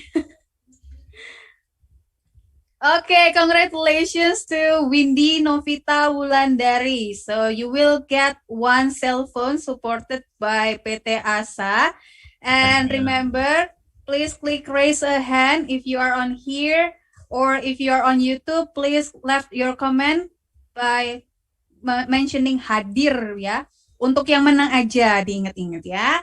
Okay. The next prize is one IQ Pro for the second winner. So again, I will spin the wheel, and I would like to invite Dr. Gatot to say start after I count to 3. Okay, Doctor? Okay. Okay, so I will count to 3 ya. 1, 2, 3. Start now. Okay, thank you, Dr. Gatot. So the second winner here will get one IQ Pro supported by PT ASA. So who will be the second winner here? Okay, congratulations to Dedi Hartanto MD. You get one IQ Pro supported by PT ASA. Wow, congratulations. Dedi Hartanto question has not been answered. Ya, belum dijawab apakah ada sesi selanjutnya. Wah, congratulations. Congratulations. Instead of getting answers, he got another prize. Iya, betul sekali nih. Semangatnya luar biasa ya untuk para peserta hari ini. And the last prize, the special prize for the participants who have dropped the questions. Again ya, 1 EQ Pro for the third winner here. So the committees will spin the lucky wheel, and I'd like to invite Dr. Arif. Dr. Arif, please say start after I count to 3 ya. Already, Dr. Arif? Masih di mute ya. Mute. Okay. Yeah. Ready? Ready. Okay, so I will count to 3 ya. 1, 2, 3. Start. Okay, thank you, Dr. Arif. So who will be the third winner that will get the IQ Pro? Maybe Dedi Hartanto again. Wow. Oh, ini ternyata pemenangnya. Ahmad Kusuma, the third winner. Congratulations, you get 1 EQ Pro supported by PT ASA. Nah, is everyone happy? Seneng nggak dapat hadiah nih? Tapi jangan khawatir ya. Itu tadi untuk peserta yang menanya, yang drop pertanyaan. Sekarang kita buka nih door prize untuk semua peserta. We still have 4 more prizes ya, for all participants who have joined this webinar, the international webinar. We still have 4 more prizes. The prizes are OVO credits, ya, 50,000 rupiah for each, ya. For 2 OVO credits with 50,000 rupiah balance for each, and then 2 calling credits, 2 OVO, 2 saldo OVO dengan senilai Rp50.000 untuk masing-masing, dan 2 pulsa nih, sama juga senilai Rp50.000. Mekanismenya masih sama ya. So the committee will spin the lucky wheel, and then if your name is chosen, if your name is shown on the screen, please raise the hand and left a comment. If you're on YouTube ya, left a comment hadir ya, untuk yang menang aja ya. Berharap-harap cemas nih, semoga beruntung ya. Okay, so I'd like to ask Miss Yoanita nih, our moderator for today, to say start after I count to 3 ya. Okay, so ready, Miss Yohan? Ready. Okay, good. So I will count to 3. 1, 2, 3, start. Okay, thank you, Miss Yohanita. Okay, so who will be the winner for this? This winner will get 1 OVO credit, 50,000 rupiah ya, lumayan nih buat jajan-jajan GrabFood nih misalnya ya, nanti buat buka puasa. Oke, congratulations to naftian.yuvina@gmail.com. You get 1 OVO credit, 50,000 rupiah ya. So this is the first winner. We still have 3 more. Jangan khawatir, we still have 3 more. Congratulations to the winner. So the next winner will also get 1 OVO credits, 50,000 rupiah. Ya, sama mendapatkan OVO credit, saldo OVO Rp50.000. So I'd like to invite Prof. Tere. Prof. Tere nih ada di sini, the head of immunology. Prof. Tere, so please say start after I count to 3 ya. Yeah. Katakan start ketika saya sudah menghitung sampai ke 3. Are you ready, Prof? Siap. Okay, so 1, 2, 3. Start. Okay, thank you, Prof. Semangat sekali nih pagi siang ini ya. Semangat pagi walaupun masih siang. Ya, semangat pagi. Iya. Okay, who will be the winner for this? Okay, congratulations to Herlena Kusuma Wardani 14@gmail.com. You get 1 OVO credit for 50,000 rupiah ya. Mendapatkan OVO, saldo OVO senilai Rp50.000. Nah, kita masih punya 2 lagi nih hadiah pulsa nih yang mau calling temennya ya. Walaupun lagi masa pandemi tapi komunikasi nggak boleh putus dong. Jadi lumayan nih kalau dapat saldo pulsa Rp50.000. Oke, kita undang lagi Miss Yohan ya untuk spin, untuk say start for the comments to the Okay, to the Debbie, I'm committee. ready. Okay, so let's start. 1, 2, 3, start. Okay, so who will be the winner for this calling credits for 50,000 rupiah? Mendapatkan saldo pulsa 50.000 rupiah ini sudah berkah sekali ya untuk hari ini. Oke, congratulations to Alivia Intan 123@gmail.com. You get calling credits for 50,000 rupiah, mendapatkan pulsa senilai 50.000 rupiah. Congratulations once again, and okay, we still have one last prize ini ya. Saldo pulsa juga nih, lumayan nih buat calling-calling ya. So ya, Miss Yohan lagi ya. Semangat Okay. ini Miss Yohan. I Okay. use my name right there. Okay, Miss Yohan. So I'll count to 3 ya. Okay, Okay, 1, 2, 3. start. Okay, thank you once again, Miss Yohan. So the last prize is the calling credits for 50,000 rupiah, senilai 50.000 rupiah pulsa. Okay, congratulations to Kinanti Ayu 2001@gmail.com. You get calling credits for 50,000 rupiah. Okay, so I'd like to remind you once again for all winners, yeah, from the winners from the session 1 until the session 2. All winners, you can contact the contact person number that you see on the poster in order to get the prize. Silakan kontak ke kontak person yang ada dalam poster untuk mendapatkan hadiahnya. Nah, sampailah kita pada penghujung acara. Is everyone happy now? Of course, I believe you are.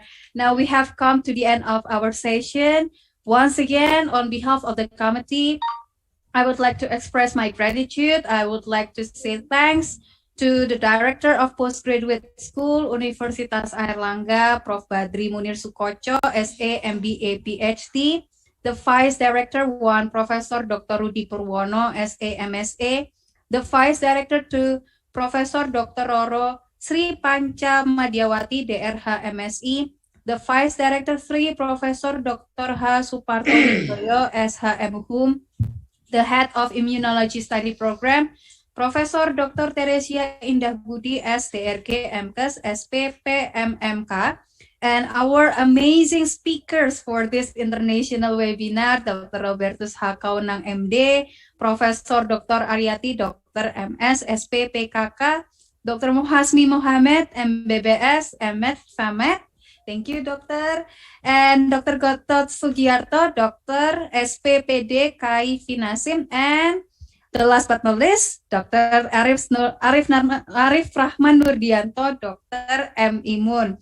Also, our moderator for today, the most beautiful woman in this webinar, Miss Yohanita Wendy Hidayat, SKGM Imun. Thank you so much. And PT Anugrah Sentosa Abadi, PT ASA, HR 24/7, and the supporting universities, students of Master of Immunology Study Program, and all participants for your participation during the process of the event until the last of this international webinar. A gentle reminder to all participants that in order to get the e-certificate, please fill out the forms of these 3 links. Silakan mengisi 3 link yang sudah disediakan oleh panitia untuk mendapatkan sertifikat. Yang pertama adalah registration link, kedua adalah attendance link, and the third is evaluation link that is provided by the committees on the chat box. You can see these links on the chat box, and those have been shared on the chat box. So I would like to leave you with a quote from Richard Stallman, who once said, "Sharing knowledge is the most fundamental act of friendship because it is a way you can give something without losing something." So let us all be guided by all the things we have learned and heard throughout this webinar. Let us keep on sharing our knowledge to one another. And thank you so much for our amazing speakers and participants. I'm sorry if I made mistakes. Forgive me for my shortcomings. Mohon maaf apabila ada salah-salah kata. Till we meet again in the next webinar or later. Stay safe and stay healthy. Wassalamualaikum warahmatullahi wabarakatuh. See you later. God bless you all. Foto Bye. bareng, foto bareng. Oh, foto bareng boleh nih. Ya, Ayo untuk foto yang bareng ya. speaker yang terakhir belum tadi. Oh, begitu. Ayo, Iya. silakan kita bersiap-siap nih untuk foto bareng. Please put Cantik your sekali best nih smile. hari ini. Oke, sudah siap ya semuanya. Kasih aba-aba, kasih aba-aba. Saya hitung sampai 3 ya. So I will count to 3. Okay, so please put your best smile on your face. So I will count to 3. 1, 2, 3, smile. Okay, once again ya. Okay, once again. 1, 2, 3, smile. Okay, thank you very much. Okay, Terima kasih semuanya. ya. Terima kasih, Bro. Stay safe and stay healthy. Sama-sama. Selamat Dr. Aris, selamat Dr. Ya. Muasmi. Ya, terima kasih. Terima kasih Dr. Gatot, Dr. Muasmi. Terima kasih semuanya. Ketemu See lagi you Bro. again in the di future. eventnya ya. Iya, Bro. Ya. Jumpa lagi. Semoga bisa ketemu di event-event yang lain. Oke, Ya, terima terima kasih, kasih. Bro. Terima kasih. Ya, bye. Ya.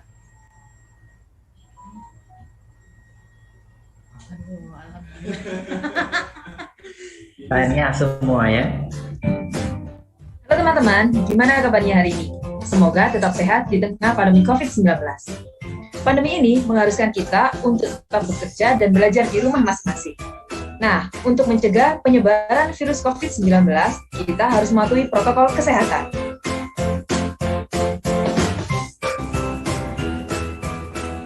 Selama pandemi, tentu kita harus menjaga agar imunitas tubuh tetap baik. Selain itu, pemerintah telah memberikan edukasi tentang pencegahan, terapi, dan vaksin dari COVID-19 melalui webinar dan media sosial lainnya. Tahukah kamu tujuan dari vaksin itu? Kali ini akan dibahas dalam webinar internasional yang akan diselenggarakan oleh Magister Immunology Sekolah Pasca Sarjana Universitas Erlangga dalam rangka memperingati WID atau World Immunology Day pada bulan April.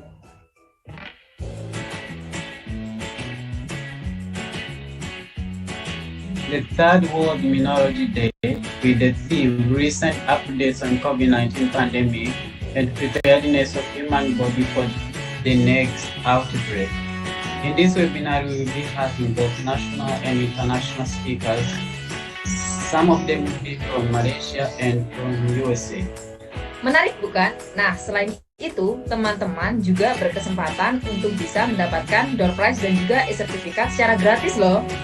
Webinar internasional akan dilaksanakan pada tanggal 28 April 2021, pukul 8 sampai 11 waktu Indonesia melalui link Zoom.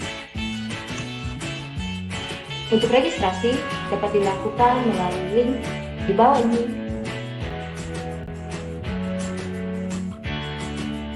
We will see you at the webinar. Thank you.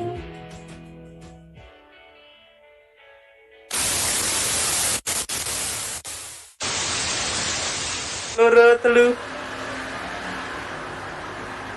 Jari arek.